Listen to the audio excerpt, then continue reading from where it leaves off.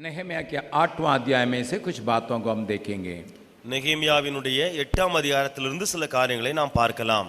और शहरपना बना के तैयार होने से लोगों के अंदर एक प्रकार की सुरक्षा का भावना चले आया. அலங்கம் கட்டி முடிக்கப்பட்டவுடனே ஜனங்களுக்குள்ளாக பாதுகாப்பான ஒரு விதமான உணர்வு நாங்கள் இருக்கிறோம் என்று சொல்லி அவர்களுக்குள்ளே வந்தது. जब मनुष्य एक सुरक्षा जगह पर चले आता है, மனிதன் ஒரு பாதுகாப்பான இடத்துக்கு வரும்போது उसकी ध्यान परमेश्वर के प्रति मोड़ने के लिए संभावना है. அவனுடைய கவனமெல்லாம் தேவனை நோக்கி திரும்ப வாய்ப்பு உண்டு. காரணம் वो हमेशा जब डर में रहता है जरूर परमेश्वर को खोजता है. அவன் பயந்து இருக்கும் பொழுது கண்டிப்பாக தேவனை தேடுவான். परंतु जब सुरक्षा के स्थान पर चले आता है परमेश्वर की मनसा को पहचानने के लिए कोशिश करता है. ஆனால் பாதுகாப்பான ஒரு இடத்துக்கு வரும் பொழுது தேவனுடைய மனநிலைமையை மனதை அறிந்து கொள்வதற்கு முயற்சி எடுப்பான். मेरी बात को थोड़ा ध्यान से सुने. என் காரியங்களை கவனித்து கேளுங்கள். जब डर जाता है பயந்து இருக்கும்போது अब वो जो है कि परमेश्वर को पकड़ने के लिए कोशिश करता है. தேவனை பிடித்துக் கொள்ள வேண்டும் என்று சொல்லி முயற்சி எடுக்கிறான். जैसा एक बच्चा माँ को पकड़ लेता है. எப்படி ஒரு பிள்ளை தாயை பிடித்துக் கொள்கிறதோ, जब वो डर जाता है அந்த பிள்ளை பயந்து இருக்கும்போது माँ या बाप को बिल्कुल पकड़ लेता है. தாயையோ அல்லது தகப்பனையோ முழுவதுமாக கட்டி பிடித்து விடுகிறது. उसके दिल और दिमाग में कुछ चलता नहीं है. அவருடைய மனதிலோ அவருடைய இருதயத்துக்குள்ளே எதுவுமே உள்ள போகாது. डर इस प्रकार उसके साथ सटा देता है. அந்த பயமானது இப்படி அவர்களோடு கூட ஒட்ட வைத்து விடுகிறது. लेकिन उसी माँ जब आराम के वातावरण में उस बच्चे को गोद में बैठा देती है, ஆனால் அதே தாயானவள் ஒரு நல்ல அமைதியான சூழலிலே தன்னுடைய மடியிலே உட்கார வைக்கும் போது और वो माँ जो सिखाती है उसको सुनने के लिए तैयार हो जाता है. தாய் கற்றுக் கொடுக்கிற காரியங்களை எல்லாம் கேட்க பிள்ளை ஆயத்தமாகிறது. और माँ की विचार को समझने के लिए बच्चा कोशिश करता है. தாயினுடைய எண்ணங்களை எல்லாம் புரிந்து கொள்வதற்கு அந்த பிள்ளை முயற்சி எடுக்கிறது. ये टीचर्स के लिए भी ये लागू है. இது டீச்சர்ஸ்க்காகவும் பொருந்தும். एक बच्चे को आप डर के वातावरण में रखिएगा वो कुछ नहीं सीखेगा. ஒரு பிள்ளையை நீங்கள் ஒரு பயமான ஒரு சூழ்நிலையில வைத்தால் அந்த பிள்ளை ஒன்றுமே கற்றுக்கொள்ளாது. वार्डन के लिए भी ये लागू है. அப்படியே விடுதி காப்பாளர்களுக்காகவும் இது பொருந்தும். भय के साथ रखने के जगह पर आप रखेंगे, நீங்கள் பயப்படுகிற பயந்திருக்கிற ஒரு சூழ்நிலையிலே அந்த பிள்ளைகளை வைத்தால் वो बच्चा सीखता नहीं है. அந்த பிள்ளை கற்றுக்கொள்ளாது. आपकी मनसा को समझता नहीं है. உங்களுக்குள்ளே இருக்கிற நிலைமையை அவர்கள் புரிந்து கொள்ள மாட்டார்கள். जरूर डर के मारे आपके साथ सटे रहता है. பயந்திருந்ததினாலே உங்களோடு கூட ஒட்டி இருப்பார்கள். உண்மைதான். आप इस बात को छोटे बच्चे के जीवन से लागू करके देख सकते हैं. நீங்கள் இந்த காரியங்களை சின்ன பிள்ளைகளுடைய வாழ்க்கையிலே நீங்கள் அப்படியே வைத்து பார்க்கலாம். एक डरा हुआ बच्चे को आप कुछ भी सिखाइएगा वो कुछ भी नहीं सीखता है. ஒரு பயந்திருக்கிற பிள்ளைக்கு என்னதான் கற்றுக் கொடுத்தாலும் அந்த பிள்ளை ஒன்றுமே கற்றுக்கொள்ளாது. यहाँ लोगों का हालत भी यही है. இங்கே ஜனங்களுடைய நிலைமையும் அதுவே. एक ऐसा वातावरण अभी पैदा हो गया, அப்படிப்பட்ட ஒரு சூழ்நிலை உருவாயிற்று. जहाँ उम्मीद नहीं था अभी उम्मीद चले आया है. நம்பிக்கை இல்லாத இடத்திலே ஜனங்களுக்குள்ளே நம்பிக்கை வந்தது. 90 बरस तक दीवार सब गिरा हुआ था लेकिन अभी नया बन गया है. 90 வருடங்களாக இடிந்திருந்த அலங்கம் இப்பொழுது புதிதாக கட்டப்பட்டு எழுந்தது. और चारों तरफ शत्रुओं की बातों से लोग अलग रखे गए हैं. நான்கு புறமும் இருந்த சத்துருக்களின் காரியங்களிலிருந்து ஜனங்கள் எல்லாம் விலகி இருக்க ஆரம்பித்தார்கள். रात को आराम से वे सो सकते हैं. இரவிலே அமைதியாக தூங்கினார்கள். उस प्रकार की बातों में அப்படிப்பட்ட காரியங்களிலே लोगों के अंदर एक प्यास उत्साह चले आता है. ஜனங்களுக்குள்ளே ஒரு தாகம் உற்சாகம் கடந்து வருகிறது. आप 8वां अध्याय का पहला पद को पढ़िएगा. நீங்கள் 8ஆம் அதிகாரத்தின் முதலாம் வசனத்தை வாசியுங்கள். जब 7वां महीना निकट आया उस समय सब इजरायली अपने अपने नगर में थे. तब उन सब लोगों ने एक मन होकर जल फाटक के सामने के चौक में इकट्ठे होकर एजरा शास्त्री से कहा कि मूसा की जो व्यवस्था यहोवा ने इजराइल को दी थी उसकी पुस्तक ले आ. ஜனங்கள் எல்லாரும் தண்ணீர் வாசலுக்கு முன்னான வீதியிலே ஒருமனப்பட்டு கூடி கர்த்தர் இஸ்ரவேலுக்கு கற்பித்த மோசேயின் நியாயப்பிரமாண புஸ்தகத்தை கொண்டு வர வேண்டும் என்று வேதபாரகனாகிய எஸ்ராவுக்கு சொன்னார்கள். यहाँ पर लोगों के अंदर एक उत्साह चले आया. இங்கே ஜனங்களுக்குள்ளே ஒரு உற்சாகம் வருகிறது. सुनिए, अभी हम लोग एक साथ परमेश्वर के वचन को खोजेंगे. கேளுங்கள், இப்பொழுது எல்லோரும் ஒருமனப்பட்டு கூடி தேவ வசனத்தை கேட்போம். और हम परमेश्वर की मनसा को समझने के लिए कोशिश करेंगे. அப்படியே தேவனுடைய உள்ளான அந்த மனதை அறிந்து கொள்ள முயற்சி எடுப்போம். ये प्यास लोगों की तरफ से चले आ रहा है. இந்த ஒரு தாகமானது ஜனங்களிடத்திலிருந்து வருகிறது. अब वे इज़रा जो न्याय शास्त्री था उससे बातचीत करने लगे. அவர்கள் வேதபாரகனாய் இருந்த எஸ்ராவினிடத்திலே பேச ஆரம்பித்தார்கள். नहम्या एक अच्छा अगुवा है நெகேமியா ஒரு நல்ல தலைவன். और वो बहुत अच्छा एडमिनिस्ट्रेटर है. அவன் ஒரு நல்ல முறையிலே நிர்வாகம் பண்ணக்கூடிய ஒரு அட்மினிஸ்ட்ரேட்டர். लोगों को जुटाने में बहुत माहिर है. ஜனங்களை கூடி வர செய்வதிலே அவன் தேர்ச்சி பெற்றவன். शत्रुओं की नाना प्रकार की चतुराई को पहचानने वाला है. சத்துருக்களுடைய எல்லாவித சூழ்ச்சிகளையும் அறிந்து கொள்ளக்கூடியவன். और शत्रुओं की नाना प्रकार की उपाय से विजय पाने वाला है. சத்துருக்களுடைய எல்லாவித தந்திரங்களிலிருந்து வெற்றியை அடையக்கூடியவன். परंतु वो वचन के सिखाने में निपुण नहीं है. ஆனால் வசனத்தை கற்றுக் கொடுப்பதிலே அவன் தேர்ச்சி பெற்றவன் அல்ல. एक वचन को पढ़िएगा. ஒரு வசனத்தை வாசிக்கலாம். यज्रा की किताब எஸ்ராவின் புத்தகம் 7वां अध्याय. 7ஆம் அதிகாரம் यज्रा यहाँ क्या है, 6 पद को और 10 पद को पढ़िएगा. 6ஆம் 10ஆம் வசனங்களை வாசிக்கலாம். यही एज्रा मूसा की व्यवस्था के विषय जिसे इज़राइल के परमेश्वर यहोवा ने दी थी निपुण शास्त्री था. निपुण शास्त्री था. यहाँ पर यज्रा के बारे में लिखा है वो न्याय के बातों पर वो निपुण शास्त्री है. இங்கு எஸ்ராவை குறித்து எழுதப்பட்டிருக்கிறது. நியாய பிரமாணத்திலே எஸ்ரா என்பவன் தேறின வேதபாரகனாய் இருந்தான். और 10वां पद में उसके बारे में और लिखा है. 10ஆம் வசனத்திலே அவனை குறித்து இன்னும் எழுதி இருக்கிறது. क्योंकि एज्रा ने यहोवा की व्यवस्था का अर्थ जान लेने व्यवस्था का अर्थ को जान लेने के लिए और उसके अनुसार चलने उसके अनुसार चलने के लिए और इज़राइल में विधि इस्राएल में विधि और नियम सिखाने के लिए और न्याय की बातों को सिखाने के लिए अपना मन लगाया था. अपने मन को तैयार करके रखा था. கர்த்தருடைய வேதத்தை ஆராயவும் அதன்படி செய்யவும் இஸ்ரவேலிலே கட்டளைகளையும் நீதி நியாயங்களையும் உபதேசிக்கவும் எஸ்ரா தன் இருதயத்தை பக்குவப்படுத்தி இருந்தான். भाई बहन और बच्चों, थोड़ा एक बात को ध्यान से सुनिएगा. சகோதர சகோதரிகளே, பிள்ளைகளே, கொஞ்சம் ஒரு காரியத்தை கவனித்து கேளுங்கள். यहाँ पर क्या लिखा है? இங்கே என்ன எழுதப்பட்டிருக்கிறது? क्यों लोग एस्रा के पास आके बोलने लगे कि हमें सिखाइए परमेश्वर के वचन से?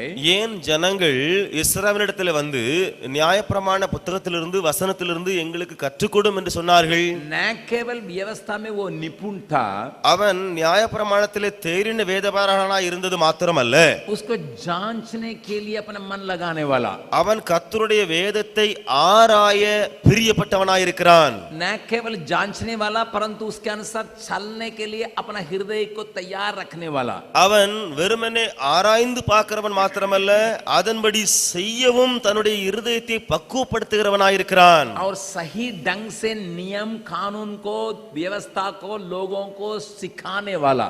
சரியான ரீதியிலே கட்டளைகளையும் நீதி நியாயங்களையும் ஜனங்களுக்கு உபதேசம் பண்ணக்கூடியவனாயிருக்கிறான். तमिल बाइबल में एक सुंदर शब्द दिया गया है. தமிழ் வேதாகமத்திலே ஒரு அழகான சொல் போடப்பட்டிருக்கிறது. अपने हृदय को वो तैयार करके रखा था. தன்னுடைய இருதயத்தை பக்குவப்படுத்தி இருந்தான். कौन दूसरों को सिखाने लायक है? யார் மற்றவருக்கு கற்றுக் கொடுக்க முடியுமாம்? पहले वो उसमें निपुण है. முதலாவது அந்த வசனங்களிலே தேறினவனாய். इसका मतलब निपुण होने के बाद वो रुकता नहीं है. அதன் பின்பு அதிலேயே நின்று விடுகிறவன் அல்ல. मैं निपुण हो गया हूँ, நான் தேறிவிட்டேன், मुझे मालूम है எனக்கு எல்லாம் தெரியும், और मुझे जानकारी की आवश्यकता नहीं. எனக்கு இப்பொழுது வேற தெரிய வேண்டிய அவசியம் இல்லை. ये विचार में नहीं है. இந்த எண்ணத்திலே அவன் வரான். इज़रा और उसको जांचने के लिए तैयार है. எஸ்ரா இன்னும் அந்த வசனங்களை ஆராய ஆயத்தப்படுகிறான். और जब जांचता है அவன் ஆராயும் போது वो अपने जीवन में उसको लागू करता है. தன்னுடைய வாழ்க்கையிலே அவைகளை அவன் அப்படி அபியாசப்படுத்துகிறான். लोग आज निपुण हो जाते हैं இன்றைக்கு ஜனங்கள் தேறினவர்களாய் மாறிவிடுகிறார்கள். परंतु परंतु अपने जीवन में उस बात को लागू करने के लिए वे चूक जाते हैं। ஆனால் தன்னுடைய வாழ்க்கையிலே அந்த காரியங்களை அபியாசப்படுத்த அவர்கள் தவறி விடுகிறார்கள். मैं हमेशा एक बात को अपने जीवन में लागू करता हूं, நான் எப்பொழுதுமே ஒரு காரியத்தை என்னுடைய வாழ்க்கையிலே நான் கடைபிடிக்கிறேன். जिन बातों को मैं सिखाता हूं उसके पहले मैं अपने जीवन में लागू किए बिना सिखाता नहीं हूं। நான் எந்த காரியங்களை கற்றுக் கொடுக்கிறேனோ அந்த காரியங்களை என்னுடைய வாழ்க்கையிலே முதலாவது கடைபிடிப்பதற்கு முன்னாலே அவைகளை நான் கற்றுக் கொடுப்பது கிடையாது. जिन बातें मुझसे बनता नहीं है, எந்த காரியங்கள் என்னாலே செய்ய முடியாமல் இருக்கிறதோ, जिन बातों को मैं कर नहीं पाता हूं, எந்த காரியங்களை நான் செய்ய முடியாமல் இருக்கிறேனோ उन बातों में सिखाता नहीं। அந்த காரியங்களை நான் சொல்லி கற்றுக் கொடுப்பது கிடையாது. प्रभु हमसे बातचीत करने पाए। தேவன் நம்மோடு பேசுவாராக. यज्रा को लोग खोज रहे थे, எஸ்ராவை ஜனங்கள் தேடி போனார்கள், केवल निपुण होने से नहीं। வெறுமனே தேறினவன் என்பதற்காக அல்ல. इसका मतलब मैं पहुंच गया, मुझे और कुछ नहीं करके सोचने वाला नहीं। நான் எல்லாம் அறிந்தவன், எனக்கு ஒன்றும் தேவையில்லை என்று சொல்லி அப்படி இருந்தவன் அல்ல. और गहराई में जाने के लिए तैयार है, இன்னும் ஆழமாய் அறிந்து கொள்ள முயற்சி எடுக்கிறவன். और उसको अपने जीवन में लागू करने के लिए तैयार है। அவன் தன்னுடைய வாழ்க்கையில் அதன்படி செய்ய ஆயத்தமாய் இருக்கிறான். लेकिन उसके साथ ही साथ दूसरों को सिखाने का निपुण है। அதோடு கூட மற்றவர்களுக்கு உபதேசம் பண்ணவும் அவன் தேறி இருக்கிறான். मेरे जीवन में एक टीचर था, என்னுடைய வாழ்க்கையில ஒரு ஆசிரியர் இருந்தார். मैं जब 9वां क्लास पढ़ रहा था, நான் 9ஆம் வகுப்பு படித்துக் கொண்டிருந்த போது वो गोल्ड मेडलिस्ट है அவர் கோல்டு மெடல் வாங்கினவர். और यूनिवर्सिटी में कई डिग्री प्राप्त किया हुआ है। அப்படியே பல்கலைக்கழகத்திலே अनेक डिग्री வாங்கினவர். गोल्ड मेडल का मतलब पूरा इतना नंबर लिया है अपना इंग्लिश लिटरेचर में। அவர் இங்கிலீஷ் லிட்டரேச்சர்ல அவ்வளவு அதிகமான மார்க் வாங்கினதால தான் அவருக்கு தங்க பதக்கம் கிடைத்தது. इसलिए उसको हमारे क्लास के लिए टीचर लगाए थे। ஆகையாலே அவரை எங்களுக்கு ஆசிரியராக நியமித்தார்கள். लेकिन मैं आज कह सकता हूँ, ஆனால் இன்றைக்கு நான் சொல்ல முடியும், 1 साल उनका हाथ में मैं पढ़ा, ஒரு வருடம் அவருடைய கரங்களிலே இருந்து நான் படித்தேன். मुझे कुछ भी समझ में नहीं आया, எனக்கு ஒன்றுமே புரியவில்லை, விளங்கவில்லை. कुछ भी समझ में नहीं आया। எனக்கு ஒன்றுமே விளங்கவில்லை. वो गोल्ड मेडल पाया है, அவர் தங்க பதக்கத்தை பெற்று இருக்கிறவர் தான். लेकिन हमें सिखाने के लिए उनके पास ताकत नहीं रहा। ஆனால் எனக்கு கற்றுக் கொடுப்பதற்கு அவருக்கு பலன் இல்லாமல் இருந்தது. कुछ भी नहीं सीखे। ஒன்றுமே கற்றுக்கொள்ளவில்லை. हम लोग सोचे थे நாங்கள் நினைத்தோம், अच्छा मास्टर मिल गया है, நல்ல ஆசிரியர் வந்திருக்கிறாரு, बहुत निपुण मिल गया है, நல்ல தேறின ஒரு ஆளு, कोई काम का नहीं। ஒரு வேலைக்கும் ஆகலையே. इसलिए मैं इस बात को कहता हूं, ஆகையால நான் இந்த காரியத்தை சொல்லுகிறேன், न केवल हम सीखें, நாம் கற்று கொள்ளுகிறது மாத்திரமல்ல, अभ्यास करें, அவைகளை கடைபிடிக்கிறது மாத்திரமல்ல, औरों को सिखाने का ताकत रखें। மற்றவர்களுக்கு உபதேசம் பண்ணக்கூடிய ஒரு பலனும் நமக்கு தேவை. ऐसे लोगों को लोग ढूंढेंगे, அப்படிப்பட்ட நபர்களை ஜனங்கள் தேடி வருவார்கள், खोजेंगे, அவர்களை பார்க்க வருவார்கள். आप में से कुछ लोग टीचर बनेंगे। உங்களிலே சிலர் ஆசிரியர்களாக மாறுவீர்கள். जब आलिव जिंदी थी तो मैं हमेशा वो कहती थी मैं प्रिंसिपल बनूंगी। ஆலி உயிரோடு இருக்கும் பொழுது எப்பொழுதுமே சொல்லி வந்தால் நான் பிரின்சிபலாக மாறுவேன். मैं पूछता था कि क्यों प्रिंसिपल बनेगी। நான் கேட்டேன் அவளிடத்துல, ஏன் நீ பிரின்சிபலாக ஆரம்பிச்சு சொல்லி விரும்புற? मैं टीचरों को सिखाने वाली बनी। அவள் சொன்னால் நான் டீச்சர்களுக்கெல்லாம் கற்றுக் கொடுக்கிறவளாய் மாறுவேன். कैसा सिखाना करके मैं सिखाऊंगी, எப்படி கற்றுக் கொடுக்கணும்னு சொல்லிட்டு நான் அவர்களுக்கு கற்றுக் கொடுப்பேன்னு சொல்லி ஆலிவ் சொன்னாள். आप में से बच्चों में से कई लोग टीचर बोल सकते हैं, ஒருவேளை இங்க வந்திருக்கிற பிள்ளைகளில் अनेகர் ஆசிரியர்களாக மாறக்கூடும், कोई प्रिंसिपल हो सकता है, சிலர் பிரின்சிபலாக மாறலாம். लेकिन इस बात को याद रखिएगा। ஆனால் இந்த காரியத்தை மனதில் வையுங்கள். और टीबीएस के जवानों को मैं कहूंगा, டிபிஎஸ் வாலிபர்களை பார்த்து நான் சொல்லுவேன், आप इस बात को याद रखिएगा, நீங்கள் இந்த காரியத்தை மனதில் வையுங்கள்.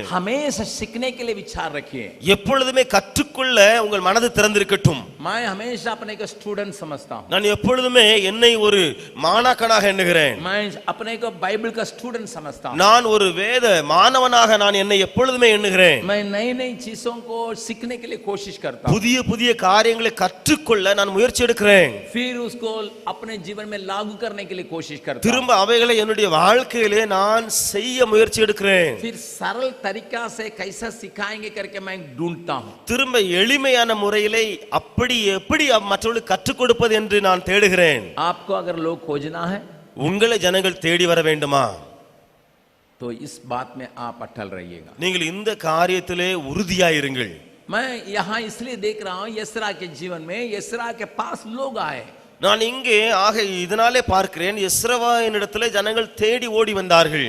तुरंत नेहेमिया ये नहीं कहा ஆனால் உடனடியாக நெகேமியா இதை சொல்லவில்லை. मैं अगुआ हूं, நான் லீடர், मैंने दीवार को बनाया, நான் தான் அலங்கத்தை கட்டினவன், मैं ही आप लोगों को जुटाया, நான் தான் உங்களை கூடி வரச் செய்தேன், मैं ही आप लोगों के लिए खर्चा किया, நான் தான் உங்களுக்கு எல்லாம் செலவழித்தேன், मैं ही आप लोगों के हित को करने के लिए अपने कोशिश किया, நான் தான் உங்களுடைய கரிசனையாக இருந்தேன். तुम लोग यस्रा के पास क्यों गया? நீங்கள் ஏன் ஓடி எஸ்ராவினிடத்தில் சென்றீர்கள்? नहीं नहीं, नहीं. नेहेमिया के जीवन में उस प्रकार की भावना है या नहीं? நெகேமியாவுடைய வாழ்க்கையில அப்படிப்பட்ட எண்ணம் வந்ததே இல்லை. मेरे अंदर जो खूबियां है मेरे अंदर है, எனக்குள்ளே இருக்கிற தாளந்துகள் திறமைகள் எனக்குள்ளே இருக்கிறது.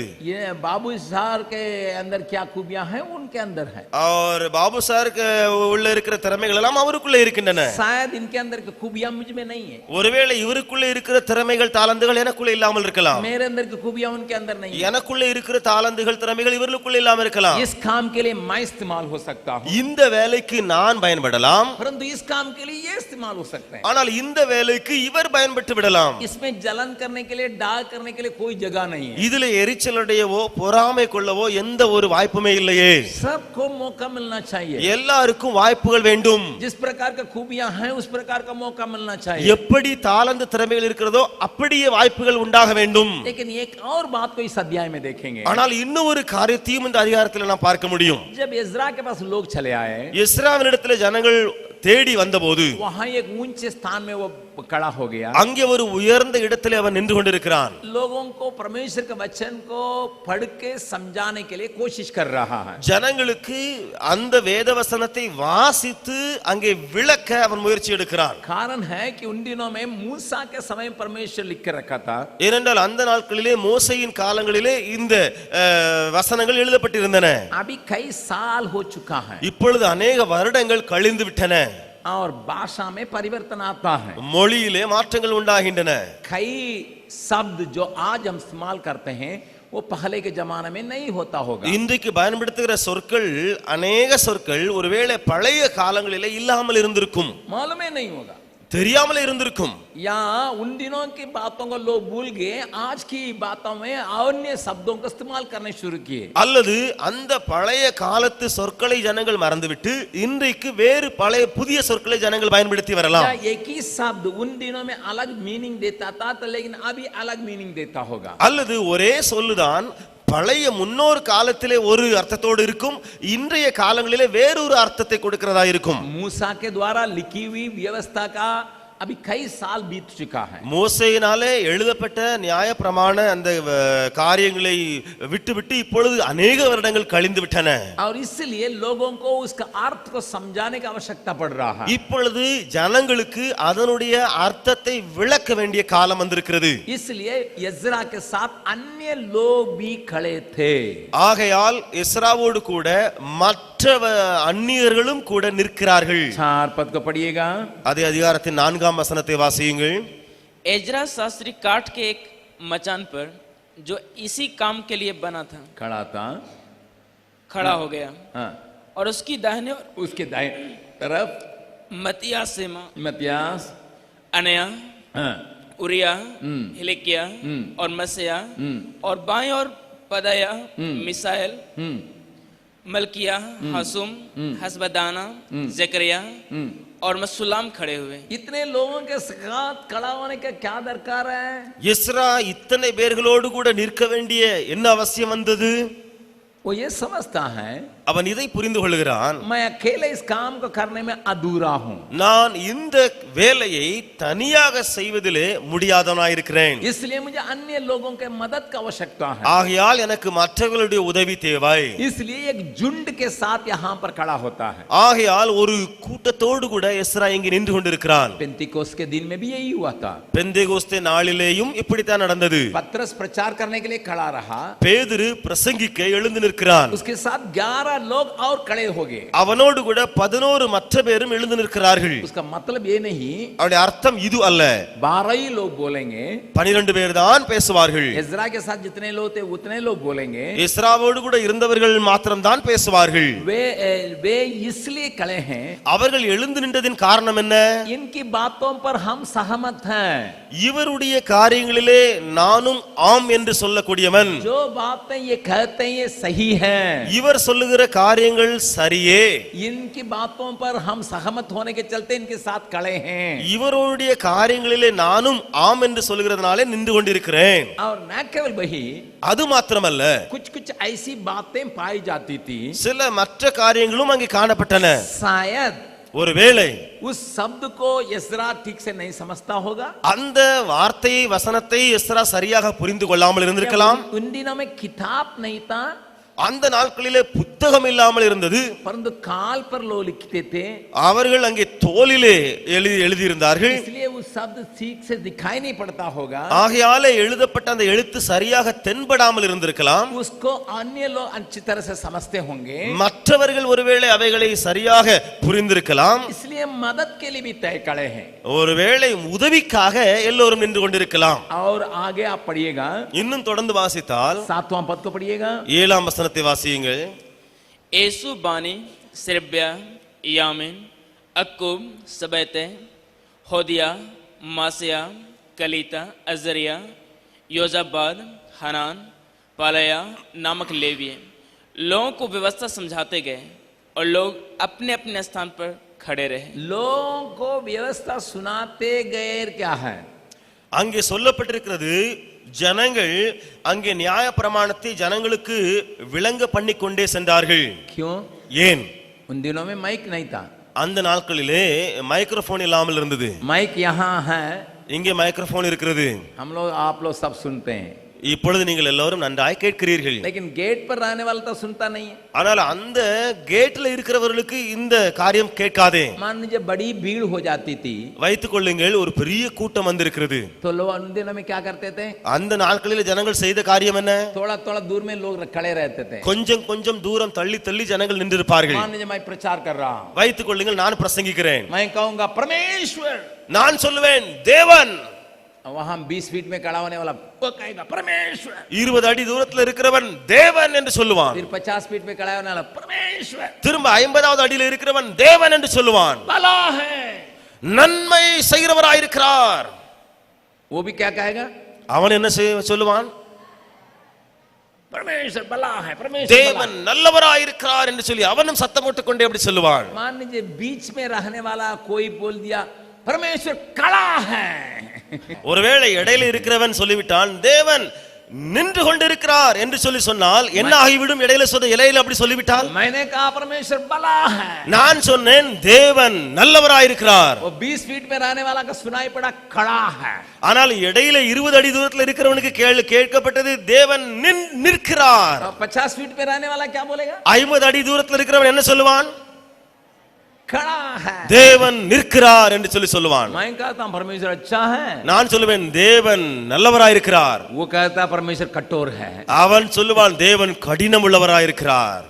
तो इसका मतलब ये लोग एकदम बिल्कुल ध्यान से सुनने वाला होना चाहिए, ध्यान से बोलने वाला होना चाहिए। அதாவது நிற்கிறவர்கள் எல்லோரும் கவனமாய் கேட்கிறவர்களாய் இருக்க வேண்டும், கவனமாய் சொல்லுகிறவர்களாய் இருக்க வேண்டும். तो ये टीम, एक टीम है, இது ஒரு குழு, ஒரு குழுவாய் செய்யக்கூடிய ஒரு காரியம். एक ही मनसा के साथ, ஒரே நோக்கத்தோடு கூட, एक ही विचार के साथ, ஒரே எண்ணத்தோடு கூட यहाँ की बात को आखिरी आदमी तक पहुंचाने के लिए लोग वहां वहां खड़े थे। இங்க இருக்கிற காரியங்களை அப்படியே கடைசி வரையும் பாஸ் பண்ணி விடுவதற்கு அங்கே வழியிலே அவர்கள் நின்று கொண்டிருக்கிறார்கள். तो मेरा कहने का मतलब, நான் சொல்வதின் அர்த்தம், अगर लोगों के बीच में एक बहुत बड़ा जागृति आवश्यकता है, ஜனங்களுக்குள்ளே ஒரு பெரிய ஒரு எழுப்புதல் தேவை என்று சொன்னால் अकेले आदमी से नहीं होगा, தனி மனிதனாலே முடியாது. एक झुंड का आवश्यकता है, ஒரு குழுவின் அவசியம் உண்டு. जो जागृति के लिए चिंता करने वालों के साथ खड़ा रहने के लिए, அதாவது எழுப்புதலுக்காக கவலை கொள்கிறானே அவனோடு கூட நிற்பதற்காக, मदद करने के लिए, உதவி செய்வதற்காக, और बातों को सही ढंग से दूसरों तक पहुंचाने के लिए, காரியங்களை சரியான விதத்திலே மற்றவர்களிடத்திலே கடத்தி விடுவதற்காக, इस प्रकार का एक झुंड को यहाँ परमेश्वर दिखाता है। அப்படிப்பட்ட ஒரு கூட்டத்தை தேவன் இங்கே காண்பிக்கிறார். मैं फिर कहने के लिए चाहता हूँ, நான் திரும்ப சொல்ல விரும்புகிறேன், अभी नेहमिया सीन में नहीं है, இப்பொழுது நெகேமியா இந்த காட்சியில இல்லை. ये सेंट्रल अट्रैक्शन में नहीं है. இந்த மத்திய இந்த ஏரியாவிலே நெகேமியாவை காணோம். वो जरूर वहां है, उपस्थित है. அவன் அங்கே இருக்கிறது உண்மைதான், எங்கேயோ. अभी नेहेमिया के जगह पर एस्रा चले आ रहा. ஆனால் நெகேமியாவின் அந்த முக்கிய இடத்திலே இப்பொழுது எஸ்ரா வந்து விடுகிறான். प्रभु के नाम की स्तुति महिमा होवे. கர்த்தருடைய நாமத்துக்கு மகிமை உண்டாவதாக. मुझे और हमें इस प्रकार का विचार का आवश्यकता है. எனக்கும் உங்களுக்கும் இப்படிப்பட்ட ஒரு எண்ணம் இருக்க வேண்டும். हम अकेले नहीं कर सकते हैं. நாம் தனிமையாக செய்ய முடியாது. जितने लोगों के अंदर खूबी है उनको इस्तेमाल करना है. எத்தனை பேர்களுக்குள்ளே திறமை தாளந்து இருக்கிறதோ அத்தனை பேரையும் பயன்படுத்த வேண்டும். उन लोगों का साथ लेके चलना है. அவர்களையும் இணைத்து தான் நாம் செல்ல வேண்டும். तबे हम काम कर पाएंगे. அப்பொழுதுதான் நாம் வேலை செய்ய முடியும். आप गोल्फ गेम को देखते हैं? நீங்கள் கோல்ஃப் விளையாட்டை பார்த்திருக்கீங்களா? गोल्फ को देखते हैं? கோல்ஃப் பார்த்திருக்கீங்களா? एक छेद रहेगा, उसमें गेंद को डालना है. ஒரு சின்ன குழி இருக்கும், அந்த குழியிலே பந்தை அடித்து உள்ளே தள்ள வேண்டும். एक बहुत बड़ा बैट रहता है ஒரு பெரிய மட்டை இருக்கும், और लोग धीरे धीरे करके डालते जाएंगे. அந்த மட்டையினாலே அந்த பேட்டினாலே மெதுமெதுவாக அந்த விளையாட்டு வீரன் அடித்து கொண்டு போவான். आप क्रिकेट को देखें. கிரிக்கெட்டை பார்த்திருக்கீங்க? क्रिकेट में तो आप लोग माहिर हैं. நீங்கள் கிரிக்கெட்ல ரொம்ப தேர்னவங்க தான். आप क्रिकेट में कितने लोगों की आवश्यकता है? கிரிக்கெட்ல எத்தனை பேர் தேவை ஒரு டீம்ல? 11 आदमी. 11 வீரர்கள் தேவை. एक विकेट कीपर चाहिए, ஒரு விக்கெட் கீப்பர் வேணும், और बॉलिंग करने वाला चाहिए, பவுலர் ஒரு ஆள் வேணும், और बैटिंग करने वाला चाहिए, ஒரு பேட்ஸ்மேன் வேணும். और बाद में वो लोग फील्डिंग करने के लिए भी तैयार होना है. திரும்ப அங்க பந்த பிடிப்பதற்கு ஃபீல்டிங்க்கும் அங்க ஆயத்தமா ஆட்கள் இருக்கணும். नहीं, मान लीजिए कि गोल्फ गेम के जैसा ही क्रिकेट के खेलने के लिए चाहेंगे, ஒருவேளை அந்த கோல்ஃப் விளையாட்ட போலவே கிரிக்கெட்டையும் விளையாடணும்னு சொல்லி விரும்பினா क्या करना है? என்ன செய்யணும்? गोल्फ गेम में अकेले आप खेल सकते हैं. அந்த கோல்ஃப் விளையாட்டை நீங்க தனியா தான் விளையாடணும், அங்க விளையாடுவீங்க. एक छेद में डालना, फिर उधर दूसरा डेल में डालना, फिर तीसरा डेल में डाल दिया, डालते गया. அங்கே ஒரு குழியில போட்டு அப்படியே அடித்து அடித்து இன்னும் இப்படி தாண்டி தாண்டி அடிச்சுக்கிட்டே போட்டுக்கிட்டே போகணும். गोल्फ गेम के लिए कितने लोगों का दरकार है? கோல்ஃப் விளையாட்டுக்கு எத்தனை பேர்கள் தேவை ஒரு டீம்ல? ஒரே ஆள்னால விளையாடலாம், एक ही आदमी. ஒரே ஆள் தான் விளையாட முடியும். लेकिन क्रिकेट कितने लोगों से ही खेला जाएगा? ஆனால் கிரிக்கெட் எத்தனை பேரால தான் விளையாட முடியும்? 11 आदमी से ही खेला जाएगा. 11 பேரால விளையாட முடியும். नहीं, अगर मैं कहूंगा, ஒருவேளை நான் சொல்லுவேனா, नहीं नहीं नहीं नहीं, எனக்கு இல்ல இல்ல இல்ல இல்ல, मैं ऑलराउंडर हूँ. நான் எல்லா தெரிஞ்ச ஆல் ரவுண்டரா இருக்கிறேன். मैं विकेट कीपिंग कर सकता हूँ, நான் விக்கெட் கீப்பிங் பண்ண முடியும், मैं बैटिंग कर सकता हूँ, நான் பேட்டிங் பண்ண முடியும், मैं अच्छा कैच पकड़ सकता हूँ, நல்ல பந்த பிடிக்கவும் முடியும், मैं अच्छा से बॉलिंग कर सकता हूँ. நல்ல பவுல் பண்ண முடியும். इसलिए मुझे किसी और का दरकार नहीं. ஆகையால எனக்கு வேற எந்த ஆளுமே வேண்டாம், मैं खेलना हूँ. நான் விளையாடுறேன். कैसे खेलेंगे? எப்படி விளையாடுவேன்? मैं भी देखूंगा, मैं भी डालूंगा. कैसा? நான் தான் பந்த போடுவேன், நான் தான் ஓடி அடிக்கணும், திரும்ப பிடிக்கணும். இது எப்படி? कैसा होगा? இது எப்படி நடக்கும்? उस दिन मैं एक जोक को देख रहा था. ஒரு நாளிலே நான் ஒரு ஜோக்கை பார்த்தேன். 2 टीम खेलने के लिए चले आया. 2 டீம் விளையாடுவதற்கு வந்தாச்சு. दूसरा टीम का कैप्टन वहां खड़ा है. அதாவது மற்ற டீமினுடைய கேப்டன் அங்கே நிற்கிறாரு. वहां बल्लाबाजी करने वाला यहाँ पर गेंद फेंकने के लिए फेंका, वो मारा नहीं, वो बोल दिया कैच करके कर दिया. அதாவது இவன் ஆயத்தமா இருக்கிறான் பந்த போடுறதுக்கு, பவுலர் ஆயத்தமா இருக்கிறான், பந்த போட்டாச்சு, அங்க அடிக்கவே இல்ல, அடிக்க முன்னாடி கேட்ச் நாங்க சத்தம் போட்டு அடிக்க வேண்டியவன் கேட்ச் பிடிச்சிட்டான். जोक है. இது ஒரு ஜோக். लेकिन सेवकाई में भी बहुत लोग ऐसे ही करते हैं. ஆனால் ஊழியத்திலும் अनेகர் அப்படிதான் செய்றாங்க. क्या करते हैं? वही अपने फेंक देते हैं, फिर अपने के कैच कर लेते हैं. कैच आउट हो गया. कौन आउट हुआ? அங்கே பந்த போட்டது அவ்வளவுதான், அங்கேயே போய் பிடிச்சாச்சு, யார் அவுட் ஆயிருக்கா கடைசில? लेकिन எஸ்ரா बहुत अच्छा. ஆனா எஸ்ரா ஒரு நல்ல ஒரு ஆளா இருக்கிறான், निपुण है, தேறினவனா இருக்கிறான், बहुत निपुण है, அதிகம் தேறினவனா இருக்கிறான், अपना हृदय को तैयार किया हुआ है, இருதயத்தை பக்குவப்படுத்தி இருக்கிறான், और दूसरों को सिखाने में निपुण है. மற்றவர்களிடத்துல கற்றுக் கொடுக்கிறவன் தேறினவனா இருக்கிறான். अकेला मैं नहीं कर सकता. ஆனால் தனியாக செய்ய முடியாத அவன். बगल वाला का हाथ पकड़ के बोले, பக்கத்துல உள்ள கரங்களை பிடித்து சொல்லுங்கள், अकेले कोशिश न करो, தனியாக முயற்சி எடுக்காத. तुम कितना भी माहिर क्यों न हो, எவ்வளவு தைரின ஆளா இருந்தாலும் சரி, अन्य लोगों को लेके चलो, மற்றவர்களை எடுத்து நீ போ, तब कामयाब रहोगे. அப்பொழுது நீ நன்றா இருக்க முடியும். आइए हम सिर झुकाएं, நாம் தலை தாழ்த்தலாம். प्रभु के नाम की स्तुति प्रशंसा होवे. கர்த்தருடைய நாமத்துக்கு மகிமை உண்டாவதாக. हम नहमिया 8वां अध्याय को अध्ययन कर रहे हैं.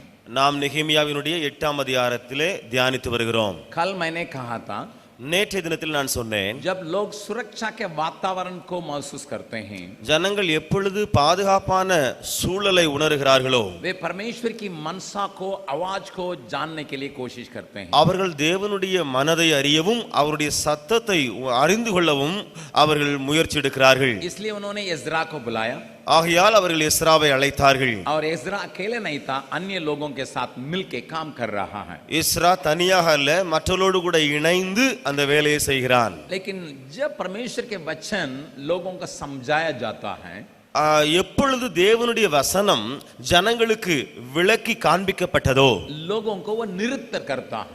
அந்த வசனங்கள் ஜனங்களை கண்டித்து உணர்த்தின. भाई बहन थोड़ा ध्यान से सुनिएगा। சகோதர சகோதரிகளே, கவனித்து கேளுங்கள்.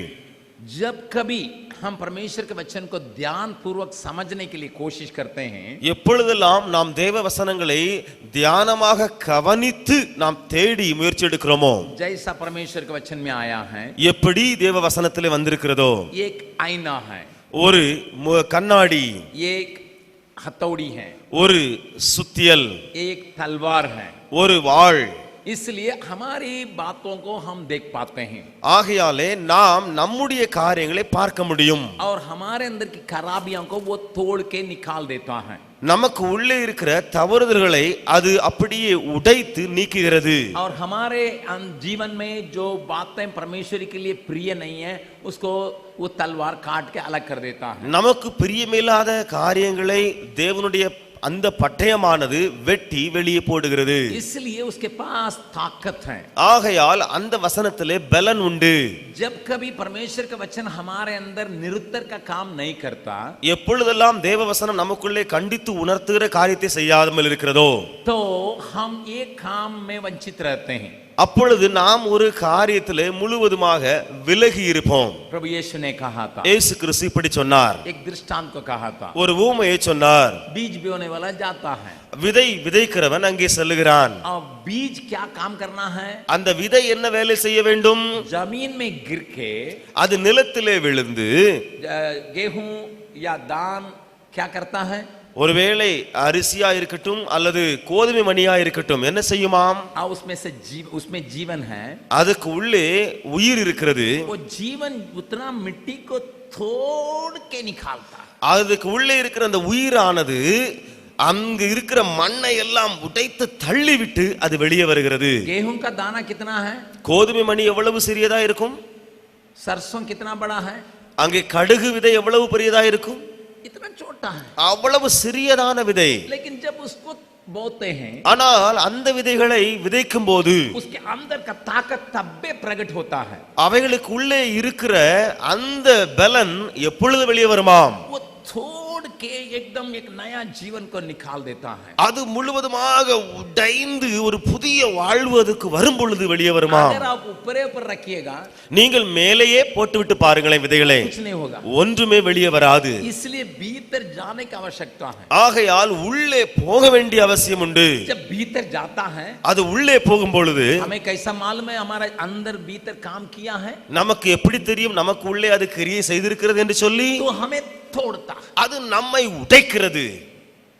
हम कई वचनों को सुनते हैं, நாம் अनेक வசனங்களை கேட்கிறோம். सुबह डिवोशन में सुनते हैं, காலை தியான கூட்டத்திலே கேட்கிறோம், शाम को अपने जगह पर सुनते हैं, சாயந்திரத்தில் நம்முடைய இடங்களிலே கேட்கிறோம், इतवार में सुनते हैं, ஞாயிற்றுக்கிழமை நாம் கேட்கிறோம், अन्य लोगों के द्वारा सुनते हैं, மற்றவர்கள் மூலமாக நாம் கேட்கிறோம், स्कूल में सुनते हैं। பள்ளிக்கூடத்திலே கேட்கிறோம். लेकिन जब तक वो हमारे अंदर इस प्रकार का काम को नहीं करता है, ஆனால் எதுவரைக்கும் இப்படிப்பட்ட கிரியை அந்த வசனம் செய்யாமல் இருக்கிறதோ, तब तक उस वचन से कोई काम नहीं है। அதுவரைக்கும் அந்த வசனத்தினாலே ஒன்றுக்கும் உதவாது. ऊपरे ऊपर चलने का जैसा है, அது மேலேயே போகிற ஒரு காரியமாகவே இருக்கும். इस कान में डाल के इस कान में आने का संभावना है, இந்த காதுக்குள்ள நுழைந்து இந்த காதுக்குள்ளே வெளியே வருகிறதுக்கு உபாயம் இருக்கும். लेकिन परमेश्वर का वचन कामयाब करके हम समझते हैं, ஆனால் எப்பொழுது வேத வசனம் கிரியை செய்திருக்கிறது என்று சொல்லி உணர்வோம்? जब भीतर जाता है, அது உள்ளே போகும்போது, हमारे अंदर की बातों को तोड़ता है। நமக்கு உள்ளே இருக்கிற காரியங்களை உடைக்கும் போது, तोड़ना अच्छा है कि नहीं? உடைக்கிறது நலமா இல்லையா? अगर नहीं तोड़ा जाएगा, ஒருவேளை உடைக்கப்படவில்லை என்றால் एक सरसों से 100 सरसों नहीं आएगा, ஒரு கடுகு விதையிலிருந்து 100 விதமான பலன் அங்கே கிடைக்காது, एक गेहूं से 100 गुना नहीं आएगा। ஒரு கோதுமை மணியிலிருந்து 100 மடங்கு அங்கே கிடைக்காது. तो हमारे जीवन में लाभदायक होने के लिए, நம்முடைய வாழ்க்கையிலே முழுவதுமாக பிரயோஜனமாய் இருப்பதற்காக, हमारे जीवन को उपयोगी बनाने के लिए, நம்முடைய வாழ்வை ஒரு உபயோகமான வாழ்வாய் மாற்ற, मान लीजिए एक छोटी सी दाना जैसा परमेश्वर का वचन रहने के बावजूद भी, இப்படி வைத்துக் கொள்ளுங்கள், ஒரு சிறிய அளவு விதையாக தேவவசனம் இருந்தாலும் கூட वो मेरे अंदर निरुत्तर का काम करता ही नहीं करता जांचना है। அந்த காரியம் எனக்குள்ளே கண்டித்து உணர்த்துகிற வேலையை செய்கிறதா இல்லையா என்று சொல்லி சோதித்து பார்க்க வேண்டும். अगर नहीं हो, இல்லை என்று சொன்னால் हम उस रास्ते पर पड़ा हुआ बीज को पाया हुआ जैसा ही रहते हैं। அந்த வழி அருகே கிடைந்த அந்த விதையை போலத்தான் நாம் அங்கே மாறிவிடுவோம். इसलिए जब इज़रा ने उन वचनों को पढ़ा, ஆகையால் எப்பொழுது எஸ்ரா அந்த வசனங்களை வாசித்தானோ, लोगों को समझाने लगा, ஜனங்களுக்கு விளக்கி காண்பித்தானோ, लोग रोने लगे। ஜனங்கள் அழ ஆரம்பித்தார்கள். पढ़िएगा 9वां पद, வாசியுங்கள் 9வது வசனம். नहम्या 8वां अध्याय का 9वां पद। நெகேமியா 8ஆம் அதிகாரம் 9ஆம் வசனம். तब नहम्याह जो अधिपति था और एजरा जो याजक और शास्त्री था और जो लेवी लोगों को समझा रहे थे, उन्होंने सब लोगों से कहा, आज का दिन तुम्हारे परमेश्वर यहोवा के लिए पवित्र है, इसलिए विलाप न करो और न रो। यहां पे न्याय के वचन को सुनने से लोगों के अंदर तकलीफ तो जरूर हुई। இங்கே நியாயப்பிரமாணத்தின் வார்த்தைகளை கேட்டபோது ஜனங்களுக்குள்ளே கொஞ்சம் கஷ்டம் உண்டானது உண்மைதான். वे रो पड़े, அவர்கள் அழுதார்கள்.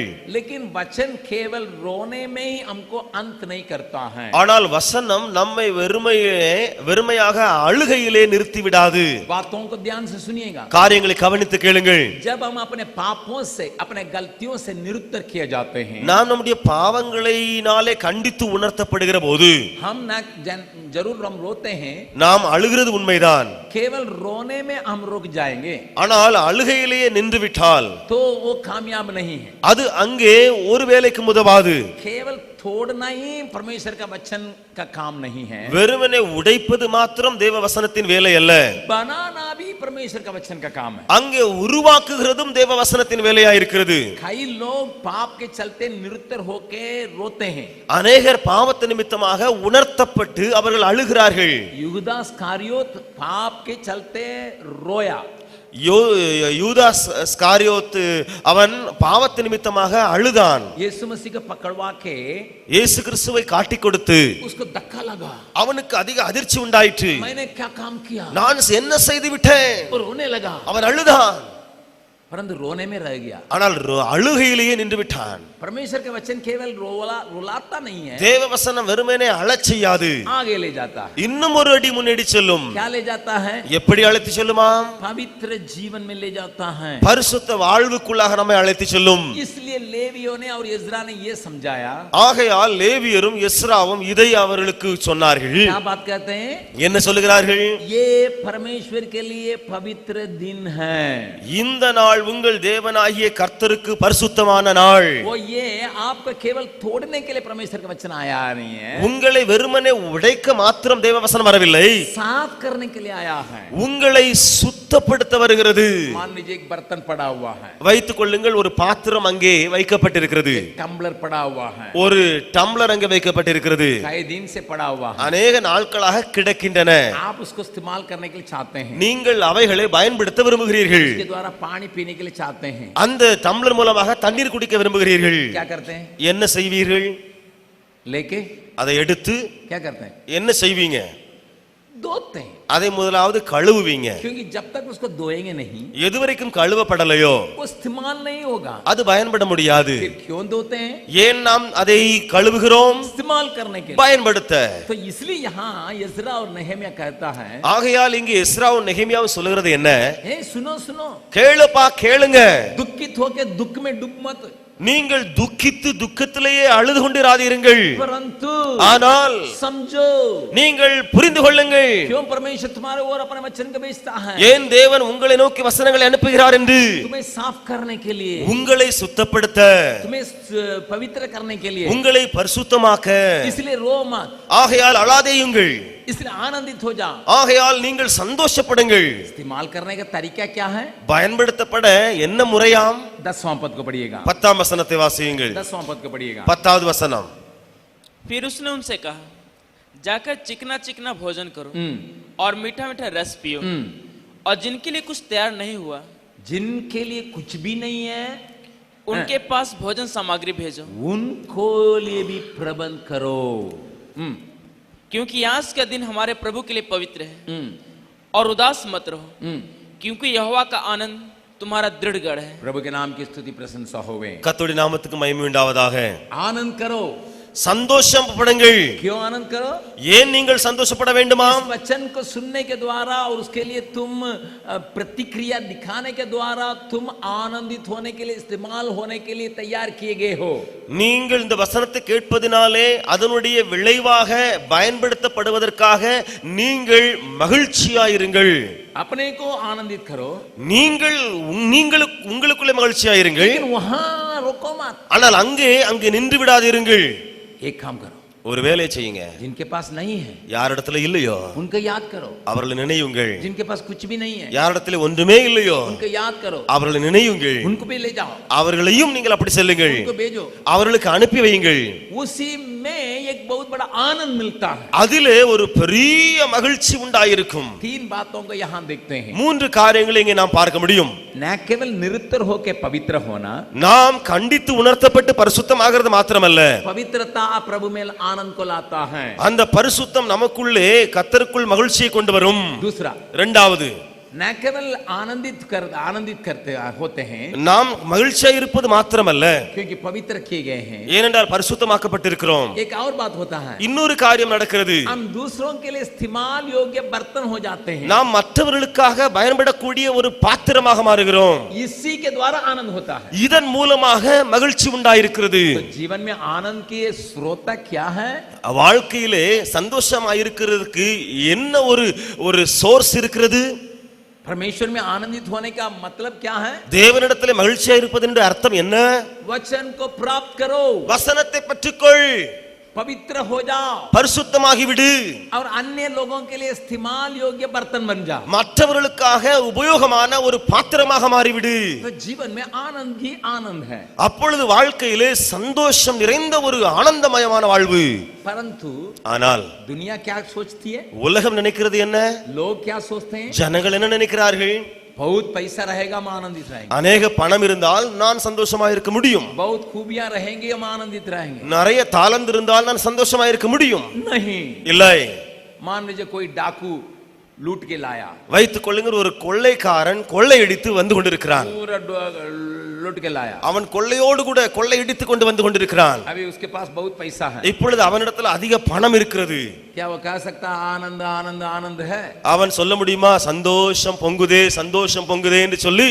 वो क्या करता है? அவன் என்ன செய்வான்? डरता है, பயப்படுவான். अरे कहीं पकड़ा जाएंगे, எங்கேயோ பிடிபட்டு விடுவேனோ, कोई बतला देगा, யாராவது சொல்லி விடுவானோ, कोई दे देगा। யாரையாவது சொல்லி விடுவானோ.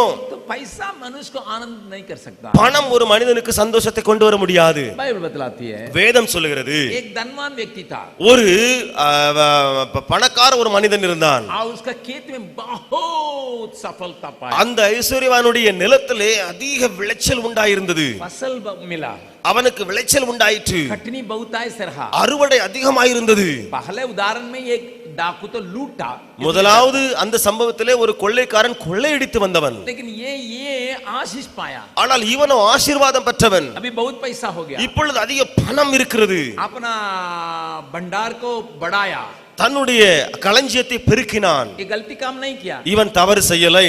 लेकिन प्रभु कहता है, ஆனால் கர்த்தர் என்ன சொல்லுகிறார்? हे मूर्ख, ஏ முட்டாளே, हे मूर्ख। முட்டாளே.